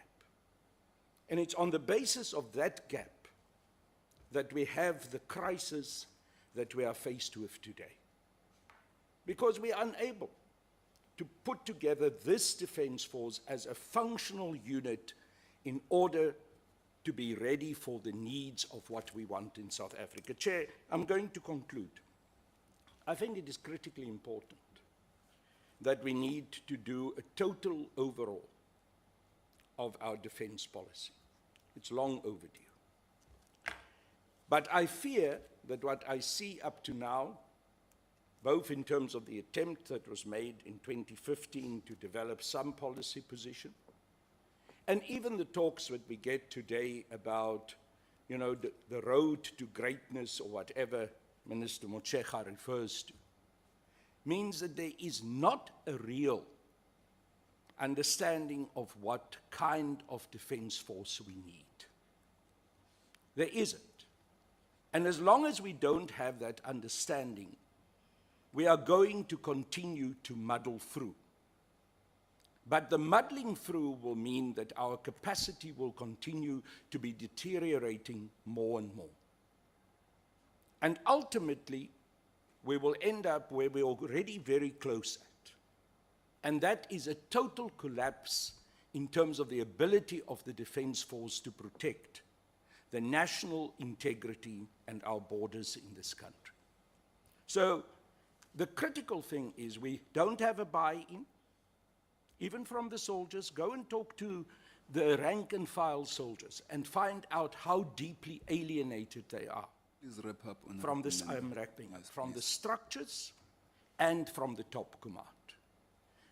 and this is my last comment, Chair, and go and talk to the senior commanding officers and find out how arrogant they are and how unprepared they are to understand what their role in this country now should be, and how they continue to see their role as keeping as much information away from the nation and also from this committee, so that we cannot do our work. We've got a serious leadership problem in the SANDF. Thank you. And at the moment, the current leadership are not fit for purpose. And that is a huge challenge. How are we going to change that? And of course, that has to happen in conjunction with the development of a realistic defense policy. Thank you, Chair. Thank you. Honorable members, I beg for your indulgence. I have a number of requests for members who want to be able to catch their flights. I think we should try as much as possible to share the time that is available for this discussion. Thank you. Honorable Sokanyile. Thank you very much, Honorable Chairperson. Let me greet you. Let me greet all the chairs that are present here and the members of the Joint Standing Committee on Defense. Let me greet our presenters and our visitors and the officials that are assisting this committee.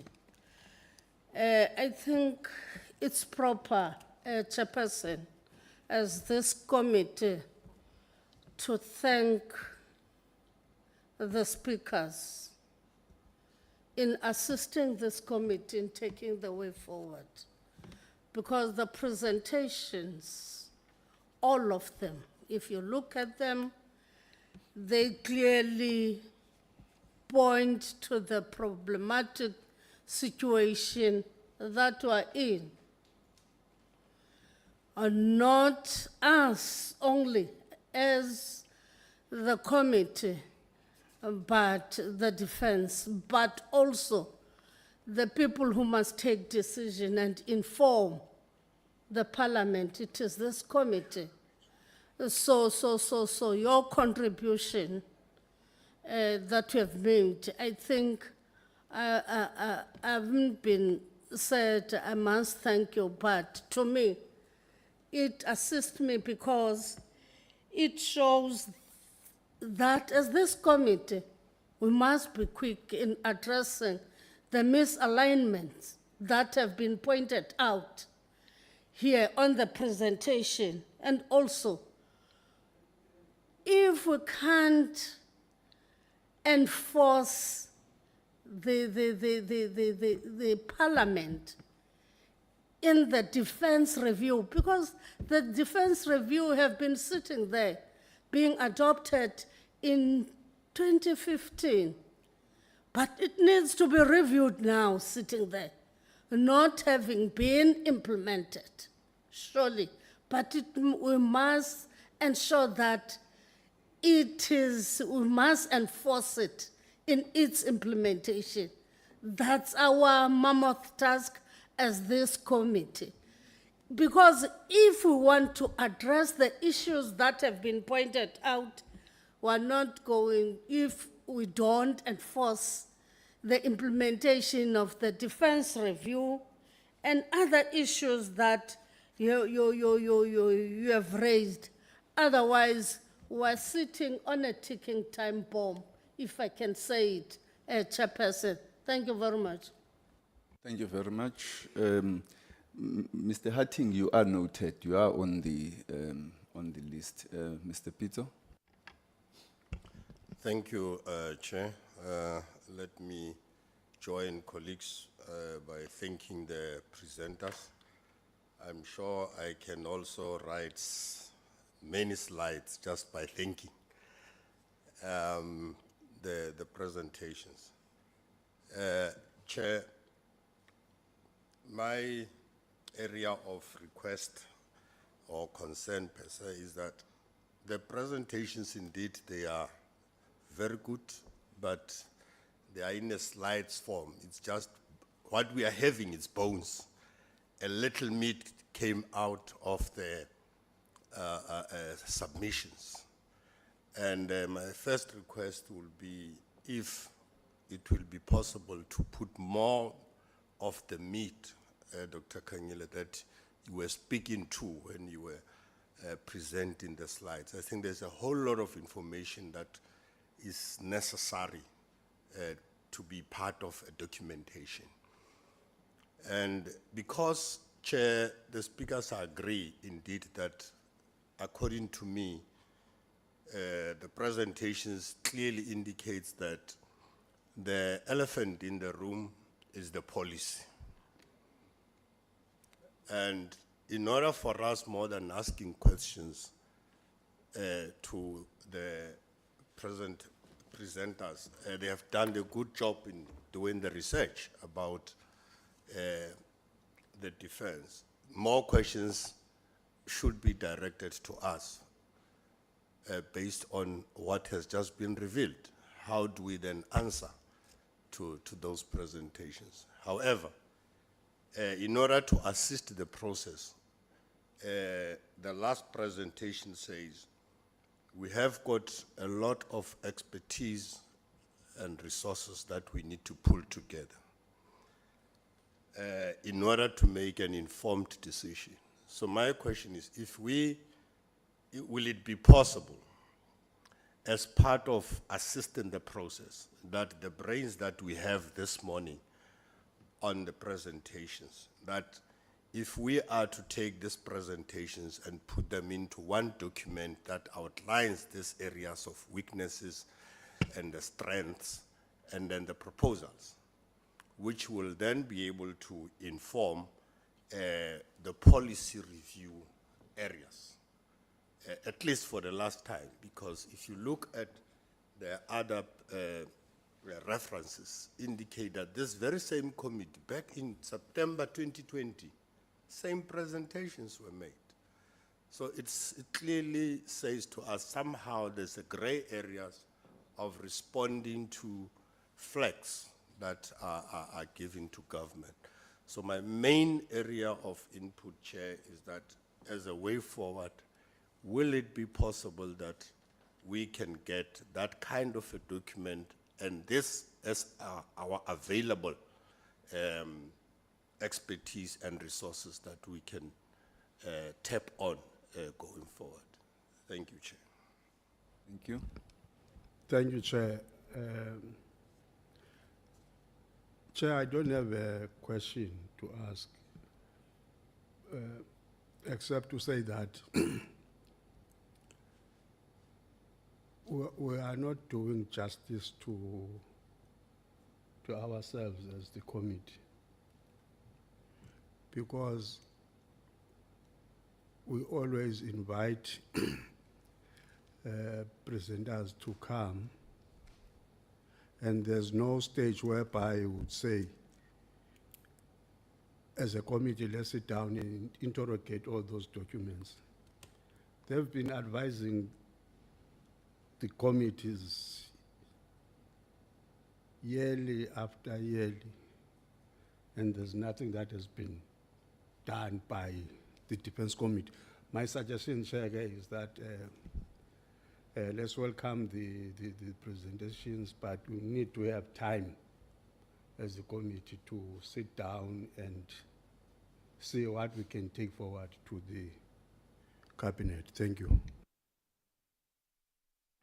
Honorable Gerike, followed by Honorable Plakis and Honorable Hatting. Thank you, Chair, and good morning to the panel, and good morning to the colleagues. Chairperson, these chairpersons, this was very insightful presentations by the learned friends and our learned colleagues, and we are all the more wiser than what we've been. I am new to this committee, so I wasn't privy to previous presentations and information, but I was listening with a critical ear to understand whether the presenters, and I submit respectfully so, were driving a particular narrative but I will reserve my comment on that, but we need to strike a balance in terms of our approach, in terms of our military rollout programs. It is one thing to criticize, yes, and we must, and we must do vehemently so. But it is, as the colleagues have said, it's a different case when we are embroiled in the same presentations year in and year out, and nothing is happening. Now, I have picked up a couple of things in the presentations. And one thing that struck my mind is each time when the name of Armscor comes up, for this moment, I tend to link it with some kind of monopoly, some kind of sabotage, some kind of big brother, the Armscor manufacturer. And this is just in my mind, and the same applies to the NEL. Because it's only these two companies that play a prominent role at the moment, it would appear, over and above all the other overseas or external inputs. Now, I wonder, this is what I wonder when I mention this. I try to ascertain, to find out if these guys have the monopoly, these companies, and they have reduced, for instance, exports from, there was a percentage mentioned of 98%, I think, export to other countries and so on. Where are the AG findings on this so that this committee can be fully informed about where we stand, not only with import and exports, but with the full amount of cachet or stock that we have to our disposal, whether we have only one Ray Falcon, whether we have only one ship, or whether we have only one this and that, so that we have an assessment of what we have in our possession at the moment. So comes war, I take cognizance of the fact that there's no immediate threat from nearby countries to our shores and to our air, but we must know what we have in our possession. It's a critical question to this, because if you don't know which type of stock you have, you can easily run outdated, and they can easily counter you in terms of attacks, and so on. And that's most probably what we've seen now in the DRC. I don't want to go there. Then, Chairperson, we also wonder if there's not some kind of, and again I submit respectfully, some kind of political sabotage, because many of the speakers mentioned the issue of a political will to understand the issues. Now, if there's no political will, do we translate it into political sabotage? Because if there is a political will, then we will understand strategy, policy, how to formulate policy going forward, even procurement, to secure the shores of our country. And then the local procurement, Chairperson. It is a gross point for me, because it would appear that the proverbial saying, we all swim in the same pond here. You have your Armscor coming up time after time after time. Who are the shareholders of this Armscor? Who's involved here? Are there foreign forces involved that may pose a threat to our military setup in South Africa, to our army, and even to the type of weapons that we export? And then the last point is what a lady has said at the back, and she has repeatedly mentioned the word misalignment. Now, if your operations are misaligned, in any operation, in other words, if there's a misalignment, there's a misunderstanding, there's a misfit, there's a misguide, there's a just about everything. This committee then must understand, how do we align this all, Chairperson? What do we do going forward in order to align this all in terms of what we've heard? Or do we say we need some other input from other people also before we come to that conclusion. Lastly, Chair, I want to submit a proposal. And the proposal would be that we, as the Joint Standing Committee on Defence, visit all the facilities and the key points mentioned by the specialist here today, so that we familiarize ourselves and educate ourselves what is really happening on the ground, in the manufacturing system, on the field, on the ground, on the borders, what have you. Now, I take note of the fact that you have also mentioned about the border management authority. We have visited the border, some of us here, some of our respected colleagues here. We have seen a tragic face, a real tragic face. In fact, some of us were crying when we left there, because you have a handful of soldiers sitting there with a broken fence, broken wire, and people sitting in the middle of the Limpopo River, just waiting to cross over. There's no backup for them whatsoever. I leave you there. Thank you so much. Thank you. Thank you, Chair. Chair, I think we've been having this. It's not the first time. All of us, whether academia ourselves, we are not in them, that we are having a problem in our defense force, and we need to refresh, restart, and rethink about how do we take it forward in the times that we are in now. So I appreciate the academia coming to give us the presentations, but they are saying things that we know. Some of the things that they are saying is not new. We know that we are having this problem that we need to solve, all of us together.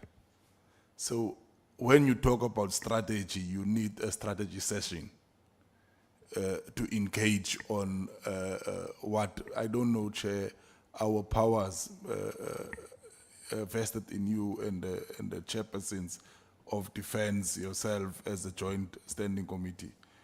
I would plead for us. I'm very close to what my colleague have said, Peter.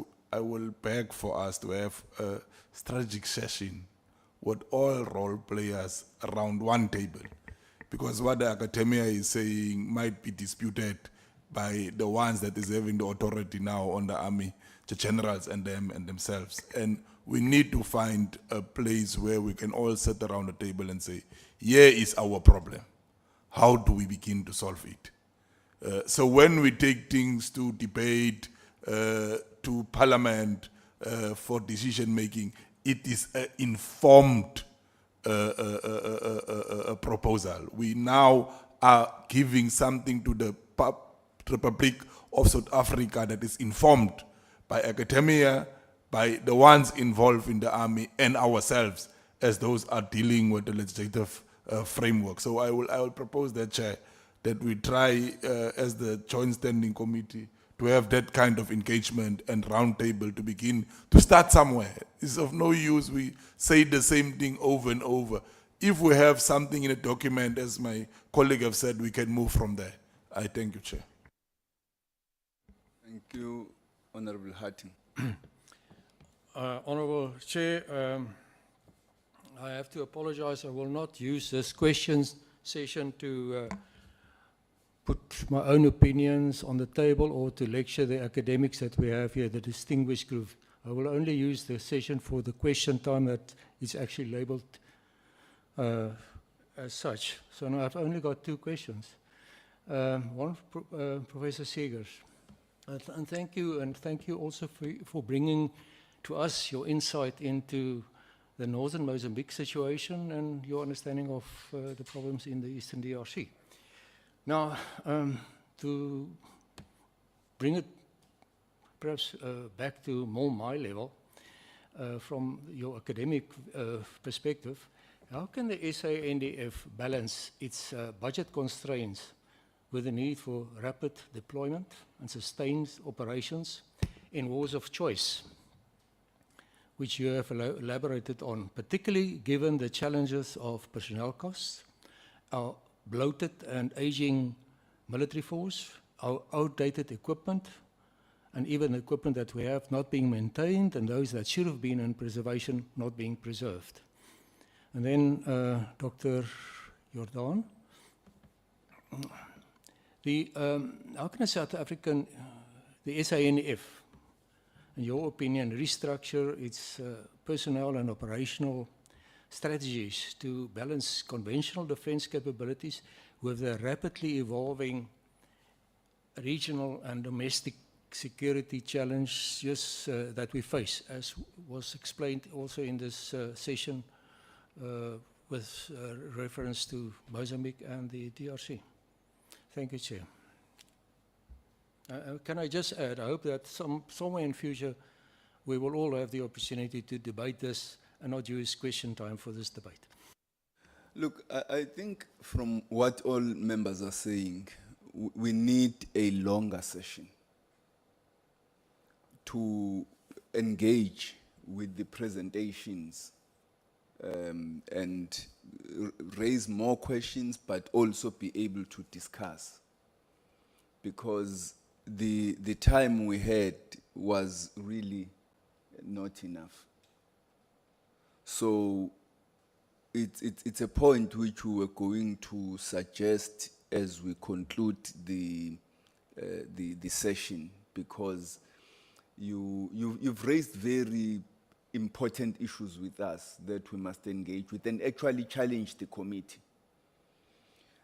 And in the course of that, we need to find a way to respond to the issues we have raised and to formulate our own views as the committee about how we are going to take this forward.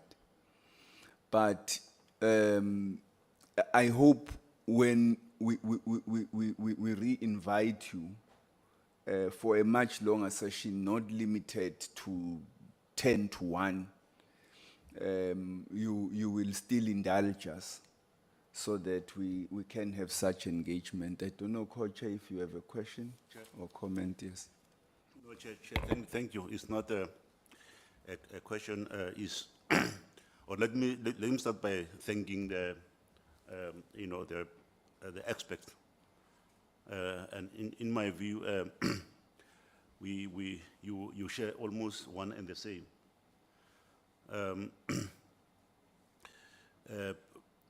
In terms of the state of the defense and the defense industry broadly.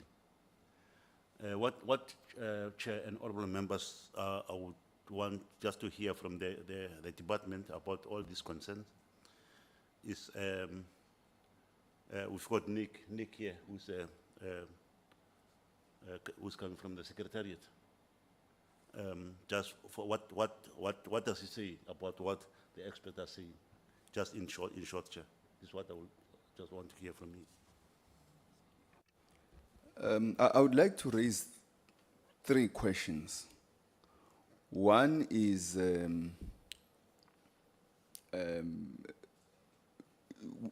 what seems to be a common thread in the presentations is that we need big decisions.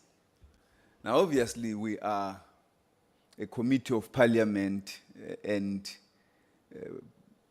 policy, if there were to be a defense review, must originate from the department. But from the level of debating and raising views, what would be the key tough decision or strategic decision that you suggest we should raise? We have written to Parliament, we've raised it, that we would like a debate on the state of the Defence Force. And we want to raise these issues because I think what came out of the DRC underscored what is a general national concern about the general state of the National Defence Force, the funding of the National Defence Force, and a whole range of issues which you've highlighted, capability, the vision, what's the role of the Defence Force, the personnel of our National Defence Force. Do we have a sufficient enough army, well-trained, capable, and all of those issues. So what would be the key tough decisions that you would suggest need to be made? Secondly, Dr. Kanyile says we need a policy refresh. I want to just ask a question, because as we all agree, the defense review was not implemented. Do we need a policy refresh, or do we need more budget? The two are not on the same scale, or do we need both? Naturally, the issue of the budget goes into the policy refresh. If you come with a new policy for your National Defense Force that expands its responsibilities, that moves away, that shifts away from a defensive National Defense Force, that presupposes that we don't face threats towards and that begins to think of the role of the National Defense Force as being internal to the country, a defense force that must not be a threat to democracy. We've had 30 years now to learn. There was a slide earlier that spoke of we need a defense force that projects us into Africa, in the world. Those are fundamental shifts in terms of defense policy. And with those shifts must come issues of funding. What do we need? What order of priority do we need? What should be the sequence? Maybe let me put it like that. Should it be a policy refresh or a budget review? What should be the sequence or alignment in that regard? And the final question is, Professor Heineken raised that in 1988, South Africa was the 10th largest exporter of arms in the world. What caused the decline?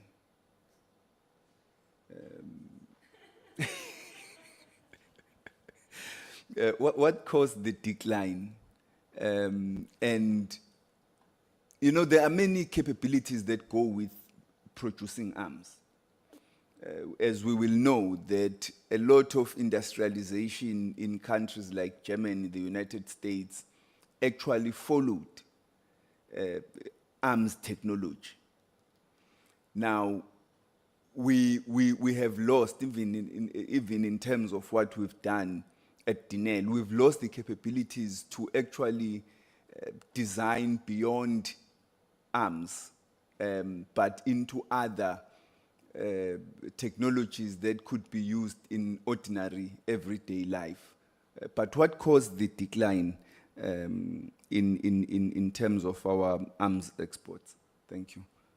I think once we take your responses, we will sum up, but we are going to have to set aside another time for a much longer, more strategic engagement.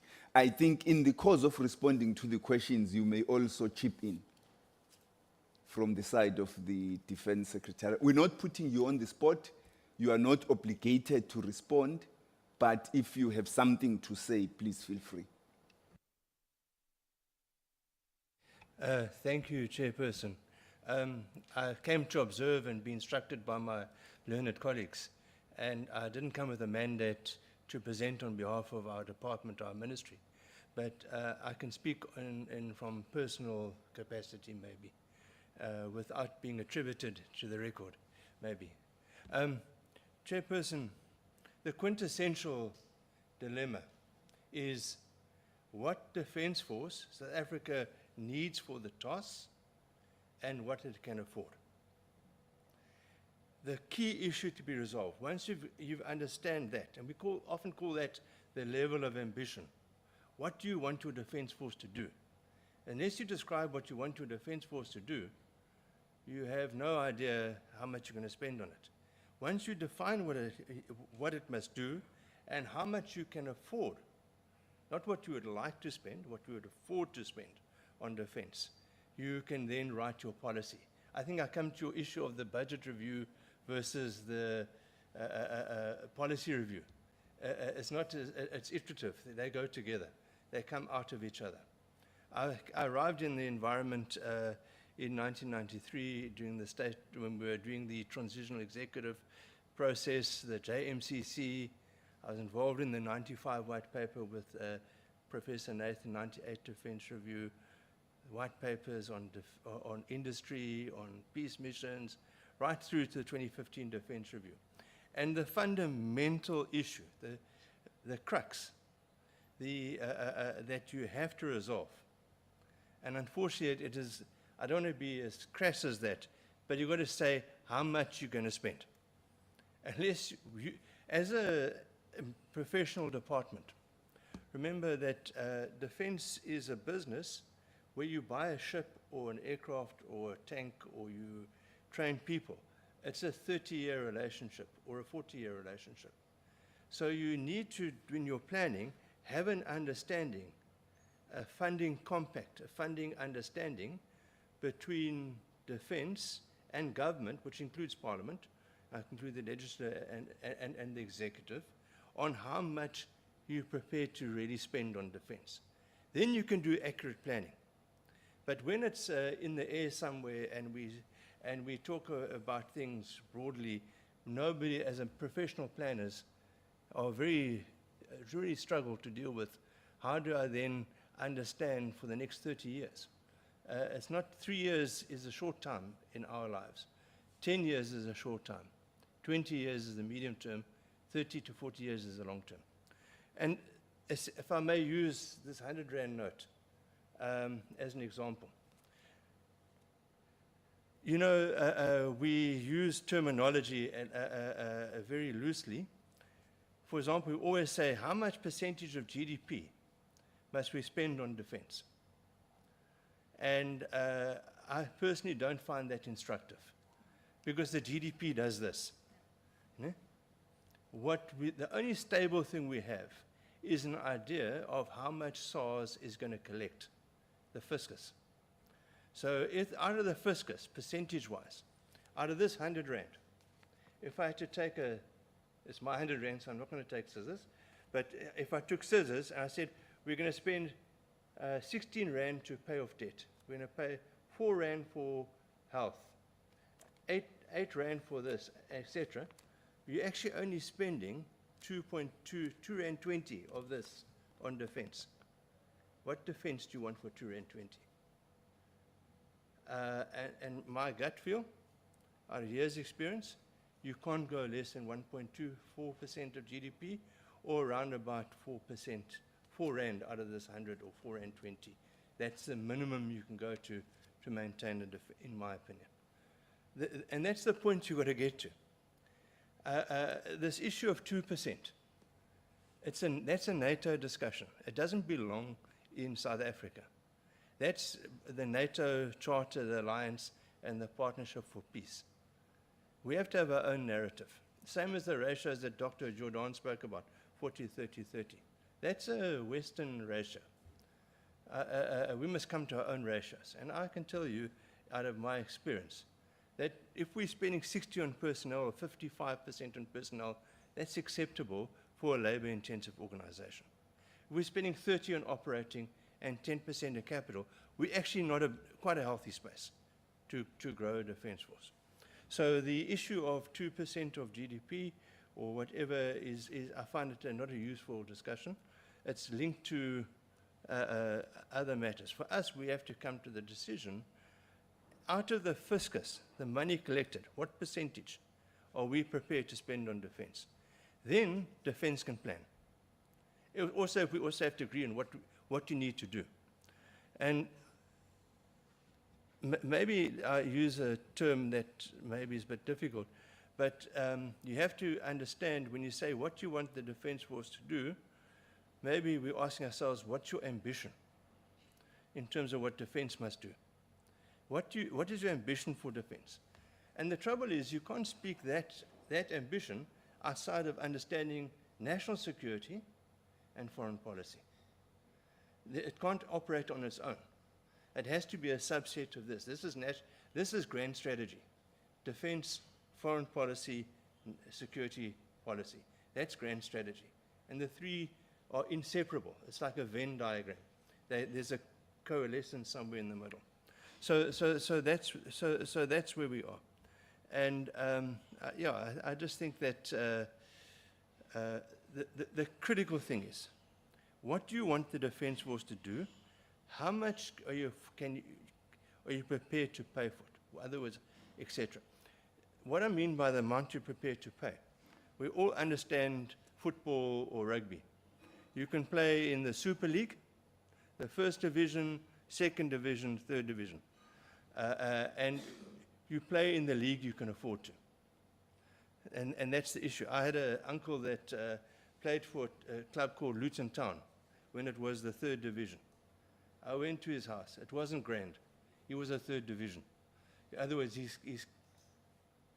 what's the right term? His coat was cut to his cloth, or his cloth, you cut your cloak to what you can afford.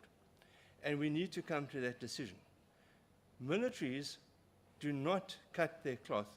They are risk adverse. They will plan for everything to minimize risk. It's natural around the world. It doesn't matter where you are in the world. But as for policy guidance, if we have an idea of the ballpark that we can afford as Africa, we can then plan the Defence Force to execute those operations. And that's the critical, it's a quintessential problem that we have. It's actually the metablitic that you have to deal with. That's my personal opinion, Chair. Thank you. I'll allow Professor Heineken to start and come down and end up with Professor Segers.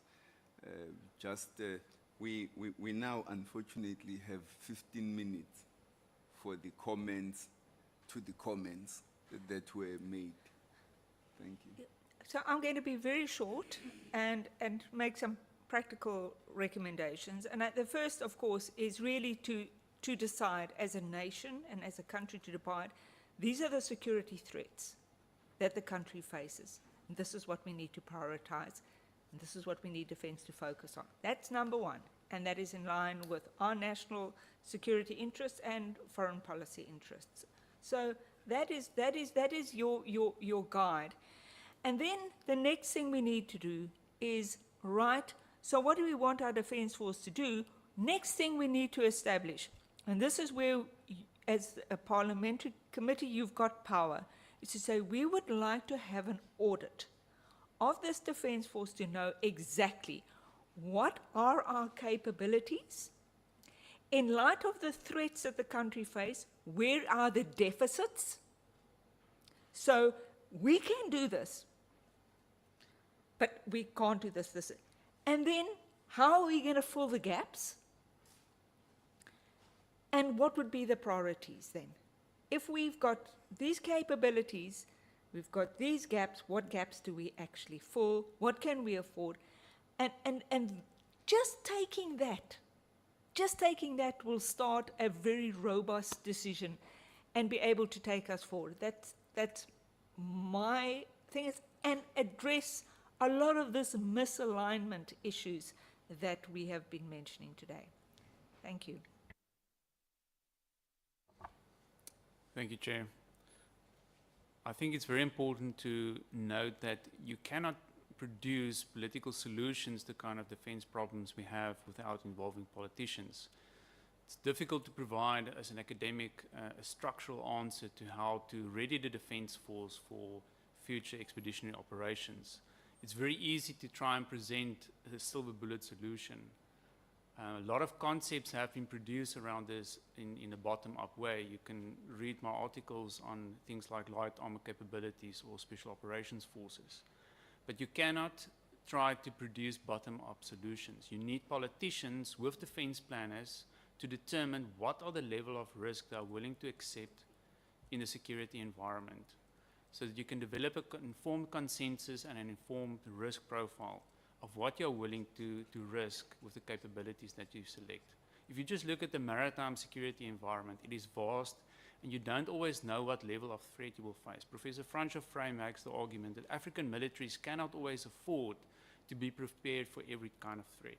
So you have to make sure that you focus your resources and defense capabilities on what is imminent, first of all, and then after look medium and long term. Thank you. Chair, thank you. On the issue of the decline of the defense industry, at some point, South Africa's defense industry was supplying just the South African market because of the embargoes. Therefore, it was very much self-sufficient. A lot of companies were self-made and also supported by government. However, when we were moving into, when things were starting to change, starting with the separation agreement between AMSCO and Denel, where Denel was going to be manufacturing and AMSCO acquiring, there was a shift in terms of perspective. But at the same time, when we opened up the market, everybody else came in, diluted the market, and made it difficult for the local companies to compete. But at the same time, those who were only working for the defense industry were now able to be absorbed in the broader industrial economy. So that on its own had an impact. But also the appetite of government to invest in the industry wasn't great anymore. On the issue of industry, of policy or a budget, what comes first from a sequential point of view? I think Nick has indicated these go together. But my view is that what we need to strive for is to re-establish national consensus on these aspects that have been raised here, including the level of ambition, and then what we can afford. Because if we don't have a national consensus in terms of what we want to do, where and how, then the numbers associated with it would be tricky to supply. Honorable member made a comment regarding AMSCO, Denel, and issues of shareholding. AMSCO is government-owned, Denel is government-owned. My input was to say, we have all these budgets allocated to various departments, and yet we have the only entity that is established for purposes of government acquisition. That is my proposition on this. The only entity that is established for security-related government acquisition is AMSCO, no other. All others are in the space of procurement, which is something different. And we have to look at how do we optimize this entity such that it can provide services for the whole of government. And then we can stretch the rand even further and optimize value out of that. Thank you, Chair.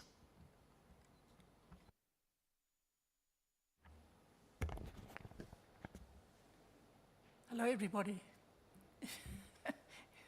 Me again. I'd like to address a number of issues. And the first is I want to support Professor Heineken and about an audit. And I think an audit would be, what do we have? What do we have currently? And I think that actually comes before policy. Comes before policy. We first have to have a list of what we have. And I think the audit will tell you what we have that is rotting or sitting somewhere in the Brug or goodness knows where, Hoefyster, and all sorts of other things. So I think that comes, the audit should become, for me, before anything else happens. That's my personal preference. Okay. Secondly, about the wars of choice and the wars of necessity. You can, I don't know whether it's useful to call them primary and secondary task. I mean, I don't use that language. For me, the practical overlap in them, I'll deal with that in a second. There's an overlap between wars of necessity and wars of choice. And that is usually done by what people refer to as dual-use equipment. In other words, equipment that you can use for both necessity and for operations. That is a dual use, and the primary example of that, of course, is primary example, excuse me to repeat myself, is of transport helicopters. Always very, very useful to both functions. In the South African case, the secondary or the wars, the domestic component, which has been mentioned a number of times this morning, that is always on the request of another department. The military does not decide it wants to do something and it can inject itself on a domestic space. The military gets involved if the SAPS requests it. Right. And you don't want to build that development, that capacity up for the military to start being prepared to inject itself into domestic affairs. That is not a good idea. The military bill does not allow for it, and so we have a history of that. We don't want that. Okay. Finally, well, penultimately, the question of what kind of forces do you need? And some of you in this room have much more experience than I have. I never served in the sainted SADF or in any of the liberation organizations. But from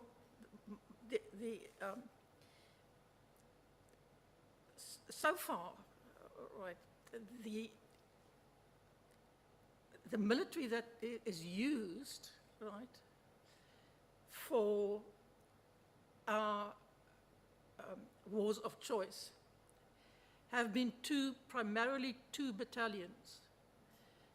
And that's the Special Forces. They're up here in Longabon, their headquarters, and the other one of them, they might have a headquarters still in Waterkloof Air Base. But the other one, of course, is the Paratroop Brigade. There is some rotation with them, but that is what we have used, right? And we have used them primarily in these peace operations, or what I call the wars of choice. And that's fine. It also fits the international pattern. That's what everybody now uses. And in fact, Special Forces have developed to an extent where even the American military now has a fourth arm, actually it has a fifth arm, called the Special Forces, Special Operations Command, to indicate that Special Forces also are very, excuse me, are very unique in the sense that they are known as quote-unquote double volunteers. Not only do they volunteer for the military, but within the military they have volunteered to be in the Special Forces, right? So that doesn't mean that their casualties that can sustain unnecessary casualties, but you are dealing with an elite. You are dealing with an elite by definition, an elite soldier, and that gives you, provided that you have support, gives you rapid deployment. And rapid deployment, I don't mean overnight, but it does give you the fastest deployment that's possible. The fastest deployment that's possible, as well as sustainability, provided that they are properly equipped. So that was my specific question to you. There's an overlap, in other words. So you have to think about the wars of necessity, discharged. We don't really have to do much about that. Wars of choice, we can rely on developing, well, let me not suggest what you should decide.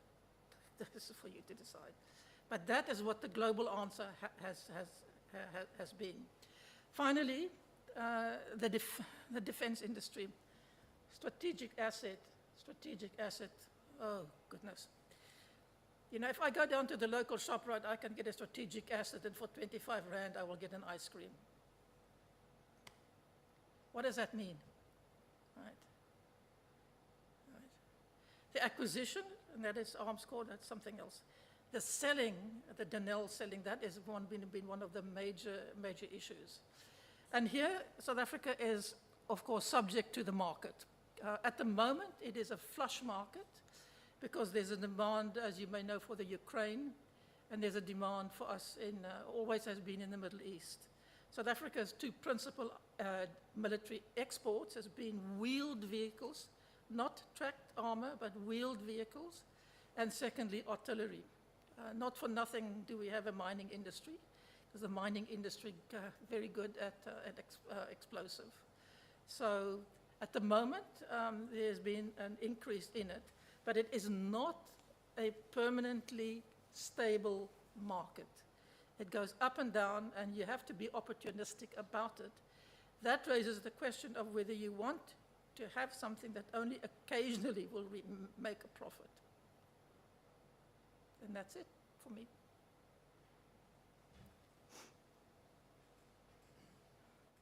Thank you, Academia. Let's as well thank our content advisor, Dr. Van Lansberg, for organizing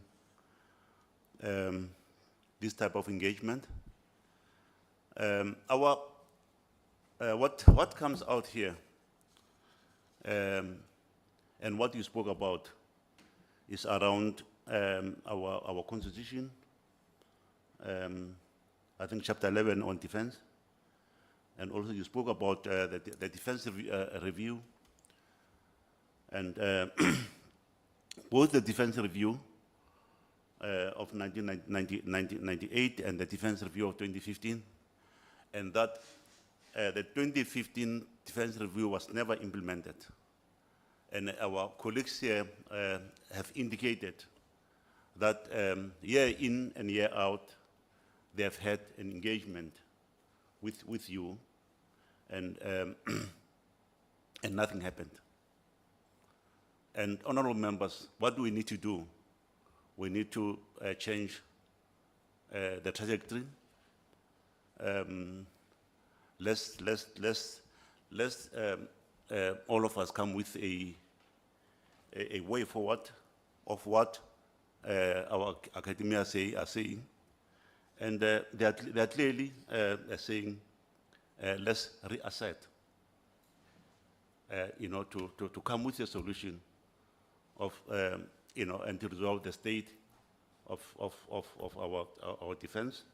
We all know, and we all have seen that the defense is not at the level at which we expect it, at the level at which our society as well are expecting it.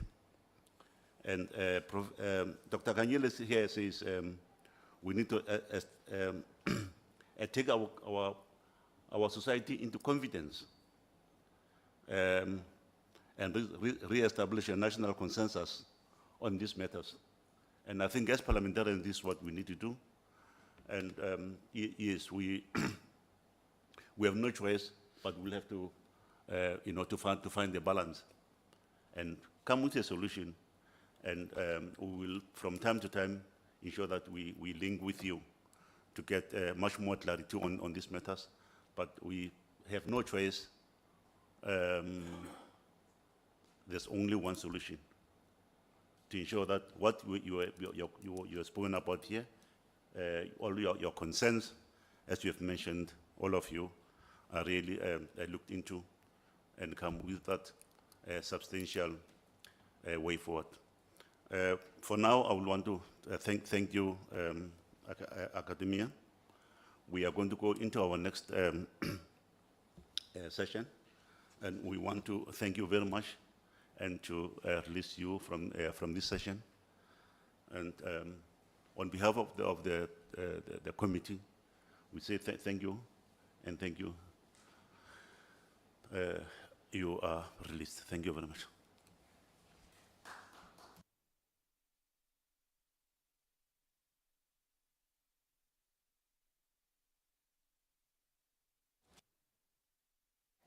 we're going to give our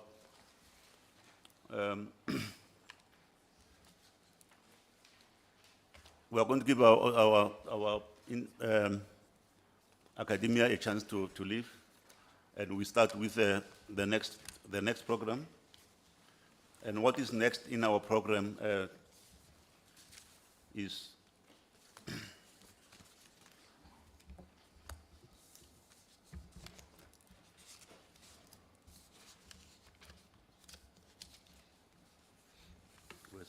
where's that? Okay, honorable members, what is next in our program is it's the issue of the letter by the president, which we discussed here. And the second point is the minutes of the previous meeting, which are part and parcel of our package here.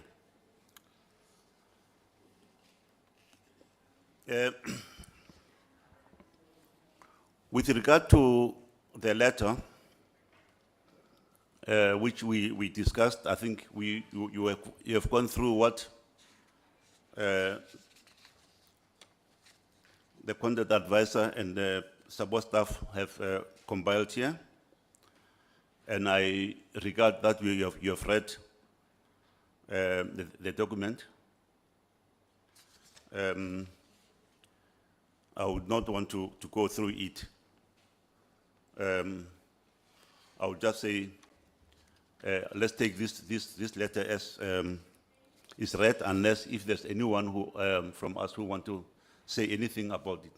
But what is in this document is what is captured. It captured what we proposed here in our last meeting. Do we have anyone who wants to say anything about this? We've got Honorable Nihas here, and any other person want to say anything? Honorable Sokanyile, Honorable Gerike, and yeah, these are the three hands which we'll take. And let me start with Honorable Nihas. Thank you, Chair.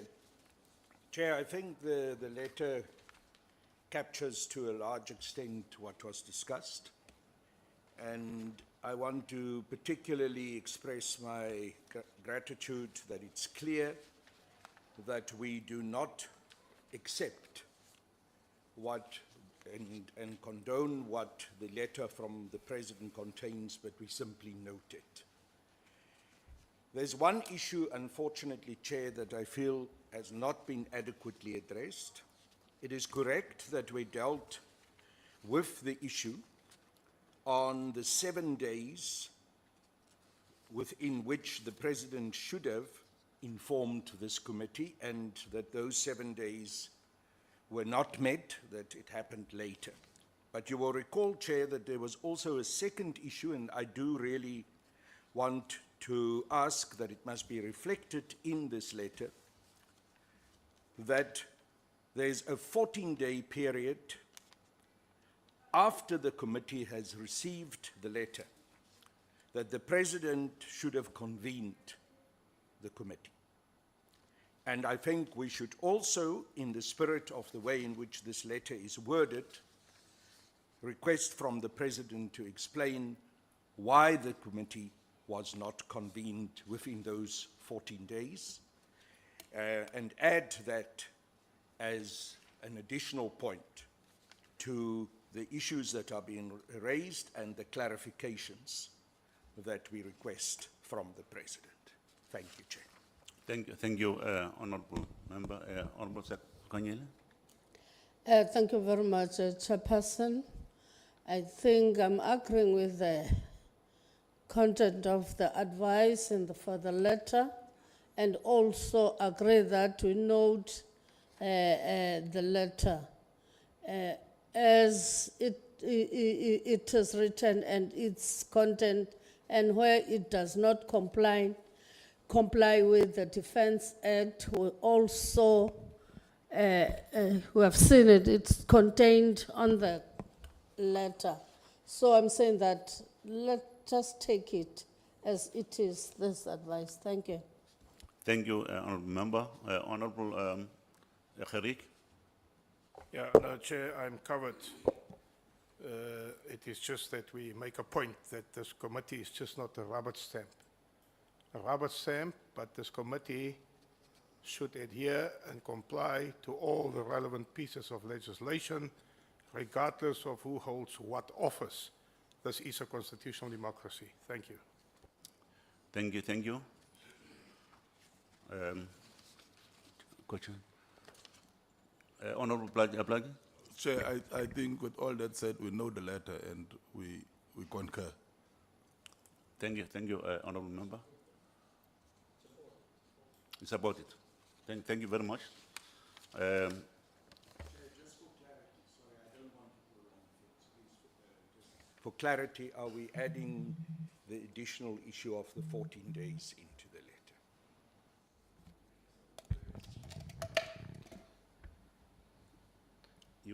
You want conduct advisor? Chairs, on the 14-day matter, there seems to be, I'm putting it out for your discussion, in terms of the legal opinions, there seems to be, the legal view is that subsequent legislation, the 14-day period is specific to the interim constitution, where it's determined. But subsequent legislation through the Defence Act, the view of the legal advisors is that it is sufficient for the president merely to provide a letter. The clause that retained the sections of the interim constitution in the constitution had a section that says it is subject to further legislative development. And the 2002 Defence Act that came then, the provisions within the 2002 Defence Act make it seem that it is sufficient for the president to merely inform the committee through a letter, and that the actual summoning of the committee might not be necessary should he have made the requirement of submitting a letter. So, Chair, I'm just putting out there in terms of that's the legal view that we got. Thank you, Doc. Honourable Member, let us not prolong this matter. Chair, I'm not going to prolong it. All I want to suggest a way forward. I'm not prolonging it. What I would like to say is it seems that there is a grey area because there were different legal opinions and we need clarity. So while I would be prepared to say, let's go with the letter, can we please request our legal advisors to provide us with further opinion on this? And of course, all of us also have the right to look into it through whoever we want to consult. I think we need to clarify it, otherwise it will come back to haunt us in the future again. Thank you, Honourable Member. Honourable Gerrie, just be short on, I think the consensus here is that... Yeah, no, it's fine, Chair. Chairperson, I think there was a consensus in the previous meeting that we receive a written opinion from the legal team. Let it just be on record. It's not in dispute who says. Let it just be on record to cover us. It was said in the previous meeting. So, Dr. Wilhelm, it's fine for the chair. Just bring us a written opinion from those legal advisors so that we just have it in our documents. Thank you so much. Thank you, Honourable Member. I think we need a mover in the second. Yeah. I think Honourable Members, we have deliberated on this matter, and the general consensus and also the legal opinion from the legal departments is very clear. So can I just compliment the Secretariat? I have particularly noted that they have used the word noted in the minutes. Remember, there was a big fight last week about the word notice and concur. They have inserted the word notice. Thank you, Honourable Thank you, Member. Chairperson. Can we have the mover?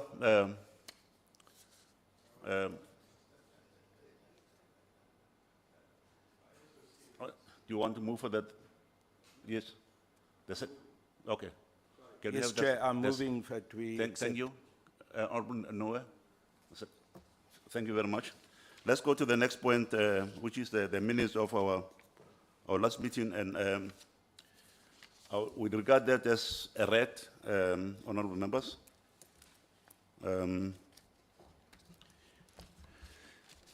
Is there anything which honorable member want to raise on with regard to that? No, can the I minutes? propose, Chair?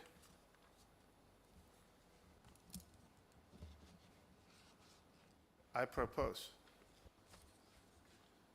Honorable Khadiq? Okay, Chair, I second. I thought you may want someone from another party, but it seems the EFF is active here. Thank you, EFF. One Honorable chair members. doesn't like the EFF. Yes, I think we have come to the end of our session, and honorable members, let's thank you very much, and let me just say, members, our academia here, they've indicated, they've referred to many policies starting from the Constitution. I would really, propose that we go and look at all those, policies which are mentioned here. Dr. Kanyile spoke about the white papers in his presentation, the legislations, and the defense reviews, and also the directives. If possible, if we could as well get these directives so that we read them and understand the content of these directives, including the issue of the defense-related industries of 1999. If we can get those that information, it will guide us. Honourable members, do you want to say anything here? I want to conclude this meeting. The whip? Whip?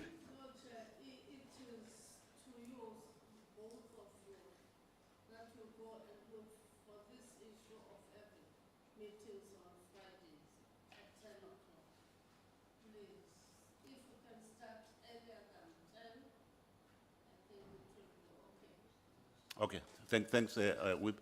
Honourable Noah?